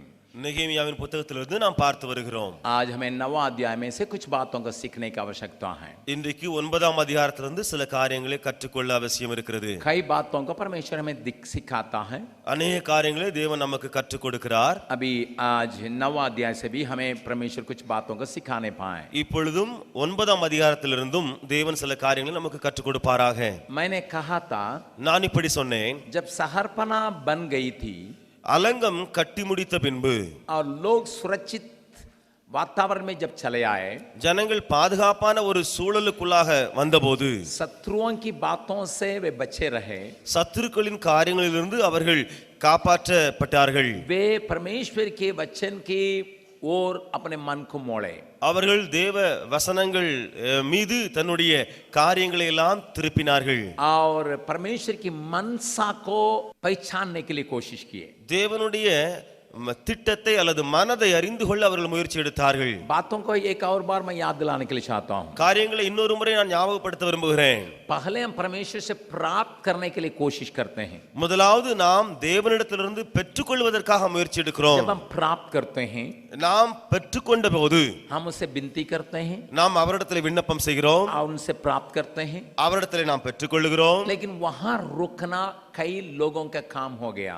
ஆனால் அங்கேயே நின்று விடுவது அநேகருக்கு பழக்கமாகிவிட்டது. प्रभु के पास जाओ, தேவனிடத்துக்கு போ, मांगो, கேள், प्राप्त कर लो, பெற்றுக்கொள், फिर खामोश हो जाओ. திரும்ப அமைதியா இருந்து விடு. लेकिन वचन के ओर अगर आप देखेंगे, ஆனால் வசனத்தை நீங்கள் ஆராய்ந்து பார்த்தால் एक और कदम हमें आगे बढ़ने की आवश्यकता है. இன்னும் ஒரு அடி நம்முடைய வாழ்வில் எடுத்து வைக்க அவசியம் உண்டு. वो क्या है? அது என்ன? परमेश्वर की मनसा को पहचानना. தேவனுடைய மனதை அறிந்து கொள்ள வேண்டும். मैं हमेशा एक बात को कहता हूं, நாம் எப்பொழுதுமே ஒரு காரியத்தை நான் சொல்லி வருகிறேன். हमारे पास जरूरत है. நம்மிடத்திலே தேவைகள் இருக்கிறது. We have plenty of needs. हमारे लिए बहुत सी बातों की जरूरत है. We go to God. हम परमेश्वर के पास जाते हैं, But at the same time, लेकिन उसी वक्त में it is equally important to understand the need or the desires of our God also. परमेश्वर की मनसा और परमेश्वर की हृदय की चाहत को भी उसी के बराबर में जानना भी जरूरी है. हम अपने आवश्यकताओं को जानते हैं. நாம் நம்முடைய தேவைகளை அறிந்திருக்கிறோம். अपने आवश्यकताओं के लिए प्रभु के पास जाते हैं. நம்முடைய தேவைகளுக்காக தேவ சமூகத்துக்கு போகிறோம். मान लीजिए परीक्षा जब चले आती है तब बच्चे बहुत पढ़ते हैं. இப்படி வைத்துக் கொள்ளுங்கள், தேர்வு காலம் வரும் பொழுது பிள்ளைகள் அதிகமாக படிக்க ஆரம்பிக்கிறார்கள், फिर प्रार्थना करते हैं, ஜெபிக்கிறார்கள். हे प्रभु मुझे अच्छा नंबर लेना. ஆண்டவரே எனக்கு நல்ல மார்க்குகள் கிடைக்க வேண்டும். अच्छी बात है. நல்ல ஒரு காரியம். लेकिन कई बार हम इस बात को भूल जाते हैं. ஆனால் अनेक முறை நாம் இந்த காரியத்தை மறந்து போகிறோம். प्रभु तेरी मनसा क्या है? ஆண்டவரே உம்முடைய இருதயத்தின் நிலைமை என்ன? நீர் எப்படி இருக்கிறீர்? तेरे विचार क्या है? உம்முடைய எண்ணங்கள் இதில் எப்படி இருக்கிறது? तेरे मनसा में क्या प्रकार की बातें पाई जाती है? உம்முடைய திட்டத்துக்குள்ளே என்னென்ன காரியங்கள் காணப்படுகின்றன? इस बात को समझने के लिए बहुत कम लोग ही मन लगाते हैं. இந்த காரியங்களை அறிந்து கொள்ள வெகு சிலரே ஆர்வமாயிருக்கிறார்கள். जब हम उस बात को समझते हैं, நாம் அந்த காரியங்களை புரிந்து கொண்ட பின்பு हम और परमेश्वर की निकटता में आते हैं. நாம் இன்னும் இன்னும் நெருங்கி தேவ சமூகத்தில் வர முடியுமே. हम एक दिन आते हैं, நாம் ஒரு நாளிலே வருகிறோம், अपने अंधकार की बातों को पहचानते हैं. நமக்குள்ளே இருக்கிற அங்கே இருளான காரியங்களை எல்லாம் அறிந்து கொள்கிறோம். क्योंकि परमेश्वर ज्योति है. ஏனென்றால் தேவன் ஒளியாயிருக்கிறாரே. ज्योति हमें चमकने लगती है. அந்த ஒளி நம்மிலே பிரகாசிக்கும் போது हमारे अंदर की खराबियां दिखाई पड़ती है. நமக்கு உள்ளே இருக்கிற குறைபாடுகள் எல்லாம் காணப்படுகின்றன. मन फिर आते हैं, நாம் மனம் திரும்புகிறோம், फिर आगे बढ़ते हैं திரும்ப முன்னேறி செல்கிறோம், और हमारे अंदर की त्रुटियों को देखते हैं இன்னும் நமக்குள்ள இருக்கிற எல்லா குறைகளையும் நாம் பார்க்க ஆரம்பிக்கிறோம், और पछताप करते हैं, இன்னும் நாம் மனஸ்தாபப்படுகிறோம், फिर आगे जाते हैं। திரும்ப முன்னேறி செல்கிறோம்। तो हमसे जो बातें नहीं की गई है उन बातों को भी हम महसूस करते हैं। நம்மாலே செய்யாத காரியங்கள் இருக்கின்றன, அந்த காரியங்களையும் நாம் அங்கு உணர ஆரம்பிக்கிறோம்। जिन बातों का करना था उसको नहीं किए हैं, எந்த காரியங்களை நாம் செய்ய வேண்டி இருந்ததோ அவைகளை செய்யாமல் போனோம், और उसको भी याद करते हैं, அவைகளையும் நாம் ஞாபகத்துக்கு கொண்டு வருகிறோம், फिर उसको करने के लिए सौंपते हैं। திரும்ப அவைகளை செய்ய நாம் ஒப்புக் கொடுக்கிறோம்। See, when we come to God, जब हम परमेश्वर के पास आते हैं, we first realize the committed sin. पहले हम जो है इस बात को समझ लेते हैं जो जो हमने पाप किया है। I can put it like that, commission. और मैं उसको इस प्रकार बोल सकता हूं कि commission, What I have committed, जिन जिन बातों को मैंने किया था, then I repent. फिर मैं मन फिरा था, But then I go further, फिर मैं आगे बढ़ते जाता, then I see the omission. फिर मैं ओमिशन को देखता। जिन बातों को मुझे करना था नहीं किए हैं, எந்த காரியங்களை நான் செய்ய வேண்டி இருந்ததோ அவைகளை நான் செய்யாமல் போனேனே, उसको भी पहचान लेते हैं। அவைகளையும் நான் அறிந்து கொள்கிறேன்। 8वां अध्याय में हम लोगों ने क्या देखा? 8ஆம் அதிகாரத்தில் நாம் என்ன பார்த்தோம்? पहले उन्होंने अपने गलती को महसूस किया, முதலாவது அவர்கள் தங்களுடைய தவறுகளை உணர்ந்தார்கள், फिर प्रभु की निकटता में आए திரும்ப தேவ சமூகத்தில் வந்தார்கள், और वचन को पढ़े। வசனத்தை வாசித்தார்கள்। वचन में क्या पाए? வசனத்திலே பெற்றது என்ன? ये हम तंबू को पर्व को मनाना था, நாம் கூடார பண்டிகை ஆசரிக்க வேண்டியதா இருந்தது, हम इस संसार में परदेसी करके मानना था, நாம் இந்த உலகத்திலே பரதேசிகள் என்று சொல்லி நாம் அறிக்கை செய்ய வேண்டியதா இருந்தது। लेकिन हम लोग ऐसा नहीं किए हैं, ஆனால் நாம் இதுவரைக்கும் செய்யாமல் போனோமே, इसलिए उन्होंने घर बैठा। ஆகையால் அவர்கள் அதை செய்ய ஆரம்பித்தார்கள்। पहले आनंद आया, முதலாவது அவர்களுக்குள்ளே சந்தோஷம் வந்தது, फिर बहुत आनंद आया, திரும்ப மிகுந்த சந்தோஷம் உண்டாயிற்று। लेकिन यहाँ भी लोग रुके नहीं हैं। ஆனால் பாருங்கள், இங்கேயும் ஜனங்கள் நின்று விடவில்லை। इसलिए 9वां अध्याय में भी, ஆகையால் 9ஆம் அதிகாரத்திலேயும் पहला पद को पढ़िएगा, முதலாவது வசனத்தை வாசியுங்கள்। फिर उसी महीने के 24वें दिन को इजरायली उपवास का टाट पहने और सिर पर धूल डाले हुए इकट्ठे हो गए। அந்த மாதம் 24ஆம் தேதியிலே இஸ்ரவேல் புத்திரர் உபவாசம் பண்ணி ரெட்டுடுத்தி தங்கள் மேல் புழுதியை போட்டுக் கொண்டவர்களாய் கூடி வந்தார்கள்। आपको मालूम है உங்களுக்கு தெரியும், 15 तारीख से लेकर 22 तारीख तक उन्होंने पर्व मनाया। 15ஆம் தேதியிலிருந்து 22ஆம் தேதி வரைக்கும் அவர்கள் அங்கே பண்டிகை கொண்டாடினார்கள், अर्थात 23 तारीख तक, அதாவது 23ஆம் தேதி வரைக்கும்। कि 8 दिन पर्व मनाया गया है। அதாவது 8 நாட்கள் அந்த பண்டிகையை அவர்கள் ஆசரித்தார்கள்। लेकिन ஆனால் जब पर्व मनाया गया, அந்த ஆசரிப்புகள் முடிந்த பின்பு आनंद करके परमेश्वर के सम्मुख में बहुत खुश थे, சந்தோஷப்பட்டு தேவ சமூகத்திலே அவர்கள் நன்றாயிருந்த போது फिर एक बात को याद करते हैं, திரும்ப ஒரு காரியத்தை அவர்கள் ஞாபகப்படுத்துகிறார்கள்। न केवल अपने अंदर की बातों को देखते हैं, அவர்கள் அவர்களுக்குள்ளாக இருக்கிற காரியங்களை மாத்திரம் அங்கே பார்க்கவில்லை, न केवल परमेश्वर की मनसा का पहचानते हैं, தேவனுடைய திட்டம் மனதை மாத்திரம் அவர்கள் அறிந்து கொள்ளவில்லை, परंतु एक और बात को देखें, ஆனால் இன்னொரு காரியத்தை அவர்கள் பார்க்கிறார்களே। क्यों रोए थे, ஏன் அவர்கள் அழுதார்களாம்? क्यों धूल के अपने ऊपर डाल के यहाँ खड़े थे? ஏன் அவர்கள் அங்கே புழுதியை போட்டுக் கொண்டவர்களாய் இங்கே நின்று கொண்டிருக்கிறார்களாம்? दूसरा पद में लिखा है, 2ஆம் வசனத்திலே நாம் பார்க்க முடியும், तब इजराइल के वंश के लोग, इजराइल के वंश के लोग सब अनजातीय लोगों से, सब अन्य जाति लोगों से अलग हो गए अलग हुए और खड़े होकर अपने अपने पापों और अपने पुरखाओं के अधर्म के कामों को, अपने पूर्वकाओं के अधर्म के पापों को मान लिए। இஸ்ரவேல் சந்ததியார் மறுஜாதியாரை எல்லாம் விட்டு பிரிந்து வந்து நின்று தங்கள் பாவங்களையும் தங்கள் பிதாக்களின் அக்கிரமங்களையும் அறிக்கையிட்டார்கள்। क्या कहा गया है? இங்கே என்ன சொல்லப்பட்டிருக்கிறது? इससे हमें क्या संदेश मिलता है? இதிலிருந்து நமக்கு கிடைக்கிற ஒரு செய்தி என்ன? वे थोड़ा अपना वातावरण को देख रहे हैं। அவர்கள் கொஞ்சம் தன்னுடைய சூழ்நிலைகளை பார்க்கிறார்கள்। Hey, we have done another big mistake. देख, हमने एक और बड़ी गलती की है।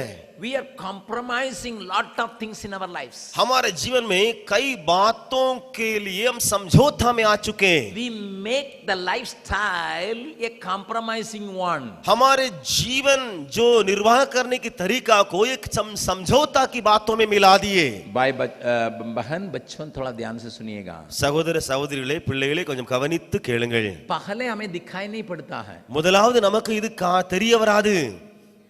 लेकिन प्रभु के निकटता में जितना नजदीक आइएगा, ஆனால் தேவ சமூகத்தில் எவ்வளவு நீங்கள் நெருங்கி வருவீர்களோ तबे आप कितनी बातों में मेल मिलाप में रहते हैं पता चलेगा। அப்பொழுதுதான் நீங்கள் எந்த காரியங்களோடு கூட ஒப்பந்தம் பண்ணி இருக்கிறீர்கள், எப்படி இருக்கிறீர்கள் என்று சொல்லி தெரிய வரும்।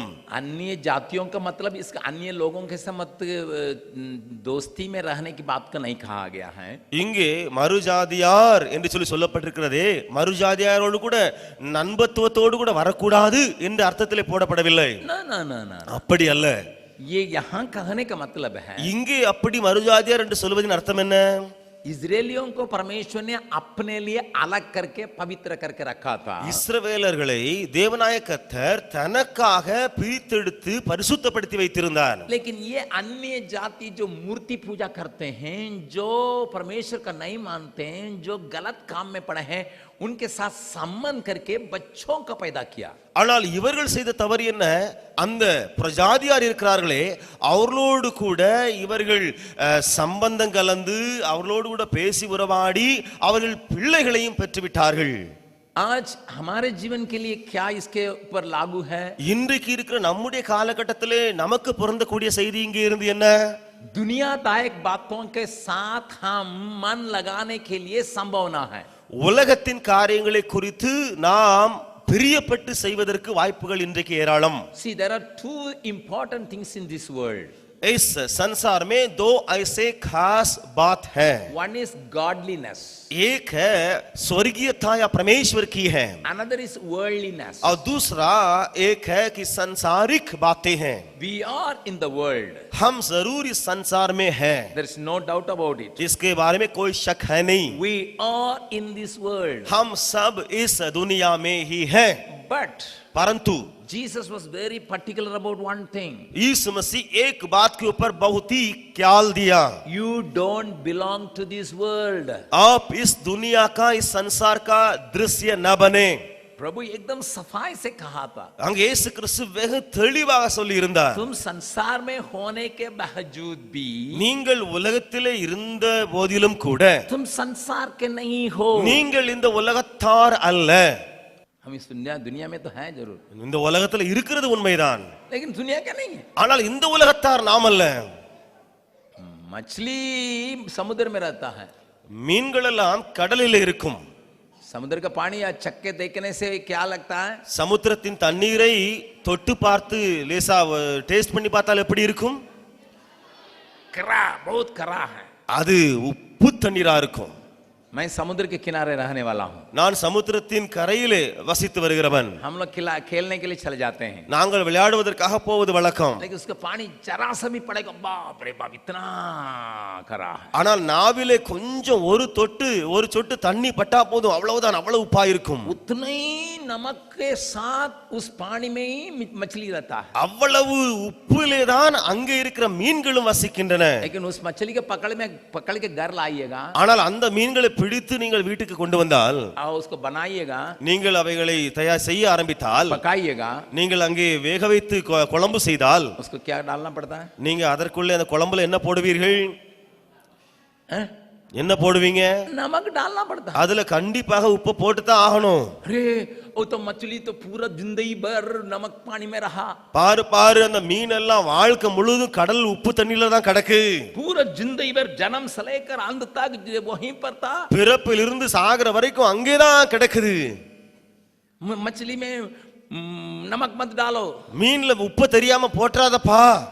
अगर कहेंगे, இப்படி யாராவது சொன்னா, कहेंगे बेवकूफ, அரே முட்டாள், என்ன நீ சொல்ற? तुमको मालूम होना चाहिए, உனக்கு தெரியணும்பா, नमक के पानी में रहने के बावजूद भी नमकीन जो है मछली में चढ़ता नहीं है। உப்பு தண்ணியில வாழ்க்கை வாழ்ந்தாலும் வசித்து கிடந்தாலும் சரி, அந்த உப்பு அந்த மீனுக்குள்ள போகாதுப்பா. यही मसीह जीवन। அதுதான் கிறிஸ்தவ வாழ்வாயிற்றே. हम दुनिया में हैं, நாம் உலகத்திலே தான் இருக்கிறோம், दुनिया के लोगों के बीच में हैं, நாம் உலகத்தாருக்கு உள்ளே தான் கிடக்கிறோம். परंतु ஆனால் दुनिया की ताकत मुझ में लगना नहीं है।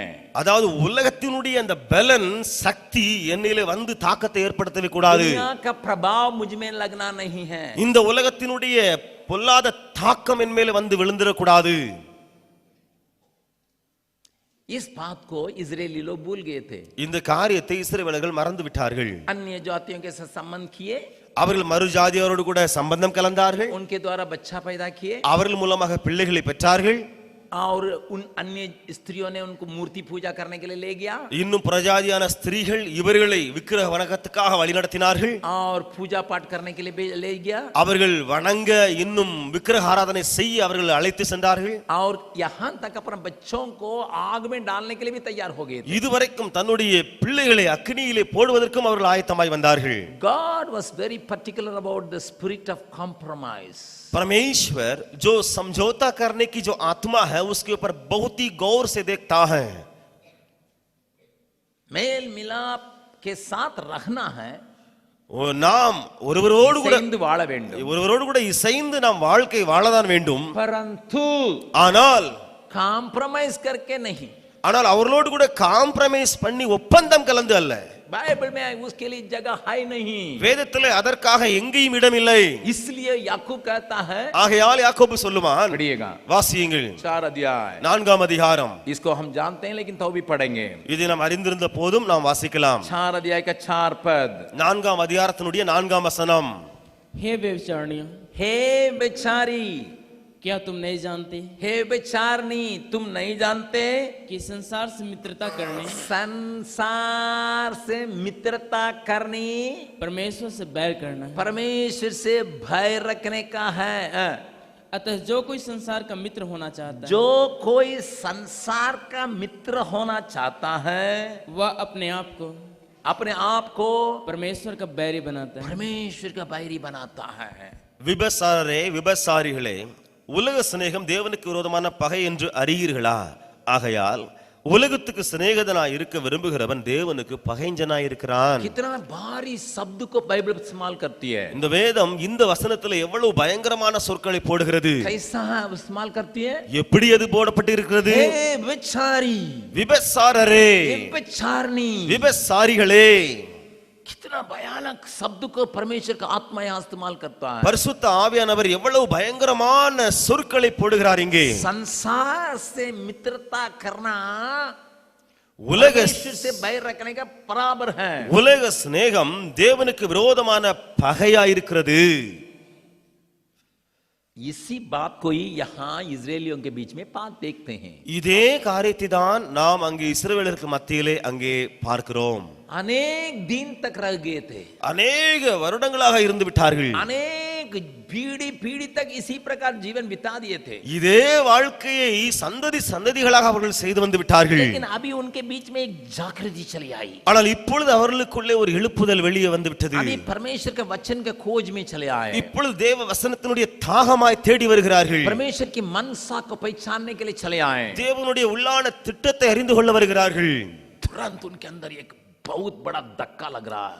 ஆனால் அவர்களுக்குள்ளே ஒரு பெரிய அதிர்வு உண்டாகிறது. मैं किसके लिए जी रहा हूं? நான் யாருக்காக வாழ்ந்து கொண்டிருக்கிறேன்? किसके लिए जी रहा हूं? யாருக்காக வாழ்ந்து கொண்டிருக்கிறேன்? इस दुनिया के लिए? இந்த உலகத்துக்கா? ये मेरा छुड़ाया हुआ परमेश्वर के लिए? அல்லது என்னை விடுவித்த என் தேவனுக்காக வாழ்கிறேனா? उनके अंदर एक प्रकाश चले आ रहा है। அவர்களுக்குள்ளே ஒரு விதமான ஒரு வெளிப்பாடு உண்டாகிறது. खाने के लिए जीना है, जीने के लिए खाना है। சாப்பிடுவதற்கு வாழ வேண்டுமா அல்லது வாழுவதற்கு சாப்பாடா? जीने के लिए खाना है, வாழ்வதற்கு சாப்பிடணுமா? लेकिन कुछ लोग ऐसा नहीं है, ஆனால் சிலர் அப்படி இல்லையே. खाने के लिए जी रहे हैं। சாப்பாடு சாப்பிடுவதற்காக வாழ்க்கையை நடத்துறாங்க. बगल वाला का हाथ पकड़ के पूछे, பக்கத்துல கரங்களை பிடித்து கேளுங்க, आप कैसा आदमी है? நீங்கள் எப்படிப்பட்ட ஆளு? जीने के लिए खा रहे हैं या खाने के लिए जी रहे हैं? வாழ்வதற்கு சாப்பிடுகிறீர்களா இல்லாட்டா சாப்பாட்டுக்கே வாழுகிறீர்களா?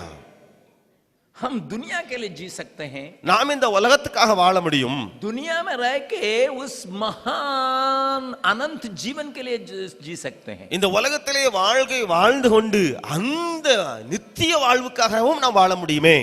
कई विश्वासी लोग, அநேக விசுவாசிகள், मैं फिर कहता हूं, திரும்ப நான் சொல்லட்டும், जो प्रभु यीशु मसीह का नाम को पहचानते हैं, யார் இயேசு கிறிஸ்துவின் பெயரை அறிவார்களோ, जो परमेश्वर के बातों को जानते हैं, தேவனுடைய காரியங்களை அறிந்தவர்களை குறித்து பேசுகிறேன். जो बपतिस्मा ले चुके हैं, ஞானஸ்தானம் எடுத்தவர்கள், जो कह चुके हैं मैं दुनिया के लिए मर गया, அதாவது நான் இந்த உலகத்துக்காக மரித்து விட்டேன் என்று அறிக்கை செய்தவர்கள், पाप के लिए मर गया, பாவத்திற்கு மரித்து விட்டேன். बपतिस्मा का मतलब क्या है? ஞானஸ்தானத்தின் அர்த்தம் என்ன?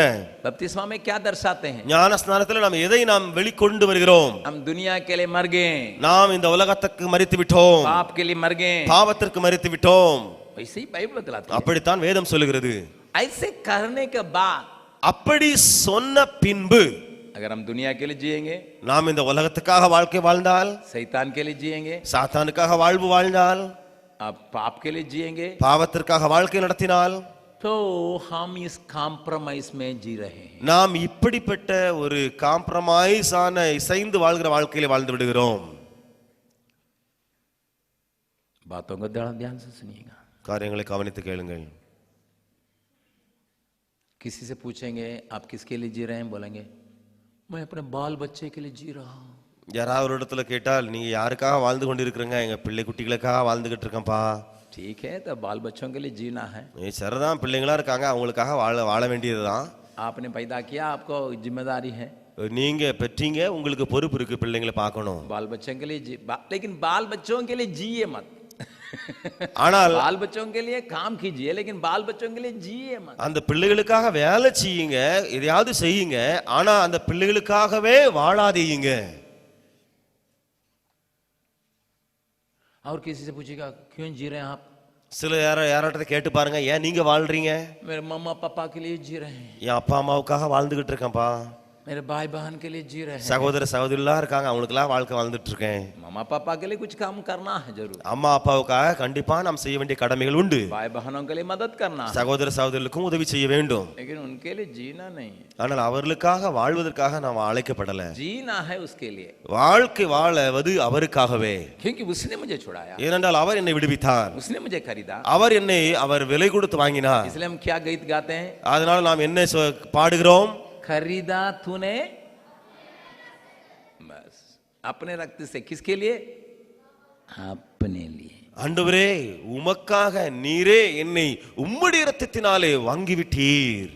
जब इस महत्वपूर्ण बात को हम भूल जाते हैं, இந்த மிக முக்கியமான காரியத்தை நாம் மறந்து போகிற போது हम अपने लिए जीने शुरू करते हैं, நாம் நமக்காக வாழ்க்கை வாழ ஆரம்பித்து விடுவோம். फिर धीरे धीरे करके संसार के लिए जीने लगते हैं, திரும்ப மெதுமெதுவாக இந்த உலகத்துக்காக வாழ்க்கை வாழ்ந்து ஆரம்பித்து விடுவோம். धीरे धीरे धीरे करके शैतान का हाथ का हथियार हो जाता है. திரும்ப மெதுமெதுவாக இந்த சாத்தானுடைய கையினுடைய ஆதிக்கத்துக்குள்ளே நாம் வந்து விடுவோம். Compromise life never starts with a big thing. Compromise के साथ जीवन बिताने की जो बातें हैं, जीवन है, बड़ी बात से शुरू नहीं होती है. धीरे धीरे धीरे धीरे बढ़ता है, மெதுவாக மெதுவாக மெதுவாக மெதுவாக மெதுவாக பெருகிக் கொண்டே இருக்கும். संसार की बातों से मित्रता करनी, அதாவது இந்த உலகத்தோடு கூட சிநேகம் பாராட்டுவது धीरे धीरे धीरे बढ़ता है. அது மெதுமெதுவாக மெதுமெதுவாக பெருகிக் கொண்டே செல்லும். मान लीजिए मैं और बाबू साहब இப்படி வைத்துக் கொள்ளுங்கள், நானும் பாபு சார் அவர்களும் पहले दिन मुलाकात करते हैं. முதலாவது நாளிலே சந்திக்கிறோம். क्या करते हैं? என்ன செய்கிறோம்? आप कहाँ के हैं? நீங்க யார், எங்கே உள்ளவங்க, आपका नाम क्या है? உங்க பேர் என்ன? ठीक ठीक. சரி சரி சரி. फिर अगले बार देखते हैं. திரும்ப அடுத்த முறை சந்திக்கிறோம். हाँ हाँ आइए आइए. வாங்க வாங்க வாங்க வாங்க வாங்க வாங்க வாங்க வாங்க.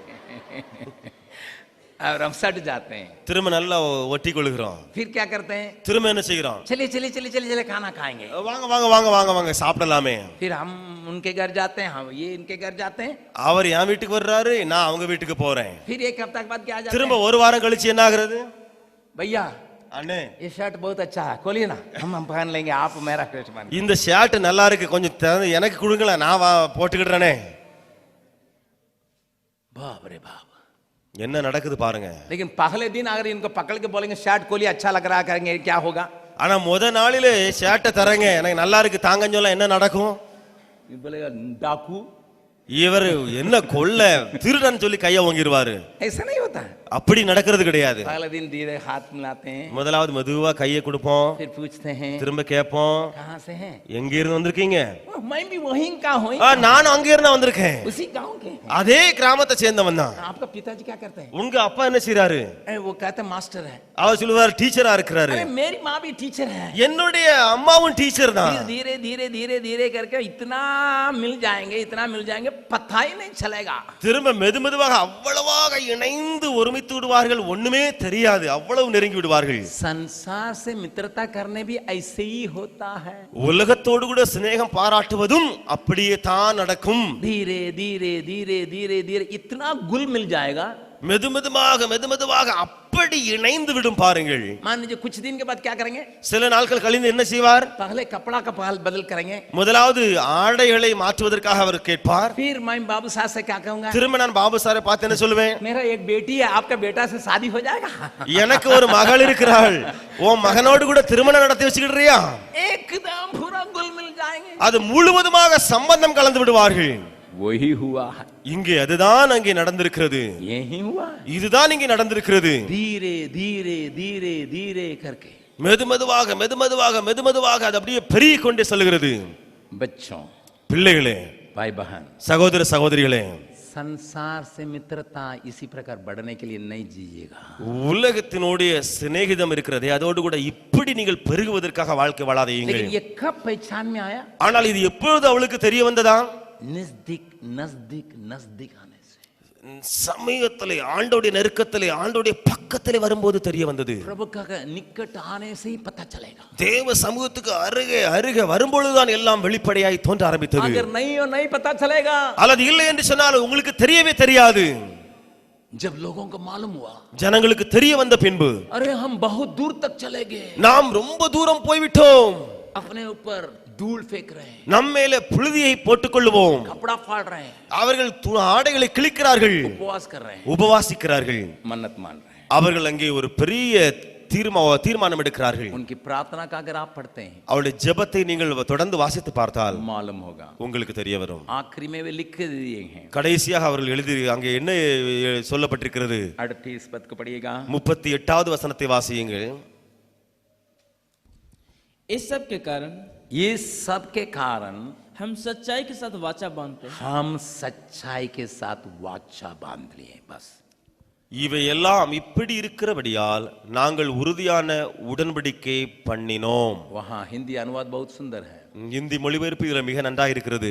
सत्यத்தோடு கூட உடன்படிக்கை பண்ணினோம், सच्चाई के साथ हमने वाचा बांधी है. वाचा बांध लिया, நாங்கள் உடன்படிக்கை சத்தியத்தோடு பண்ணிவிட்டோம், हम कर लिए, நாங்கள் உடன்படிக்கை பண்ணிவிட்டோம். आगे हम नहीं करेंगे, தொடர்ந்து இதை நாங்கள் முன்பு செய்யவே மாட்டோம். प्रभु के नाम की स्तुति प्रशंसा हो। கர்த்தருடைய நாமத்துக்கு மகிமை உண்டாவதாக. प्रभु हमसे बातचीत करने पाए, தேவன் நம்மோடு கூட பேசுவாராக. हमें देख के परमेश्वर का आत्मा ये नहीं कहा हम व्यभिचारी या व्यभिचारिणी। பரிசுத்த ஆவியானவர் நம்மை பார்த்து விபசாரியே என்று சொல்லக்கூடாது. आइए हम सिर झुकाएं, நாம் தலை தாழ்த்துவோம்.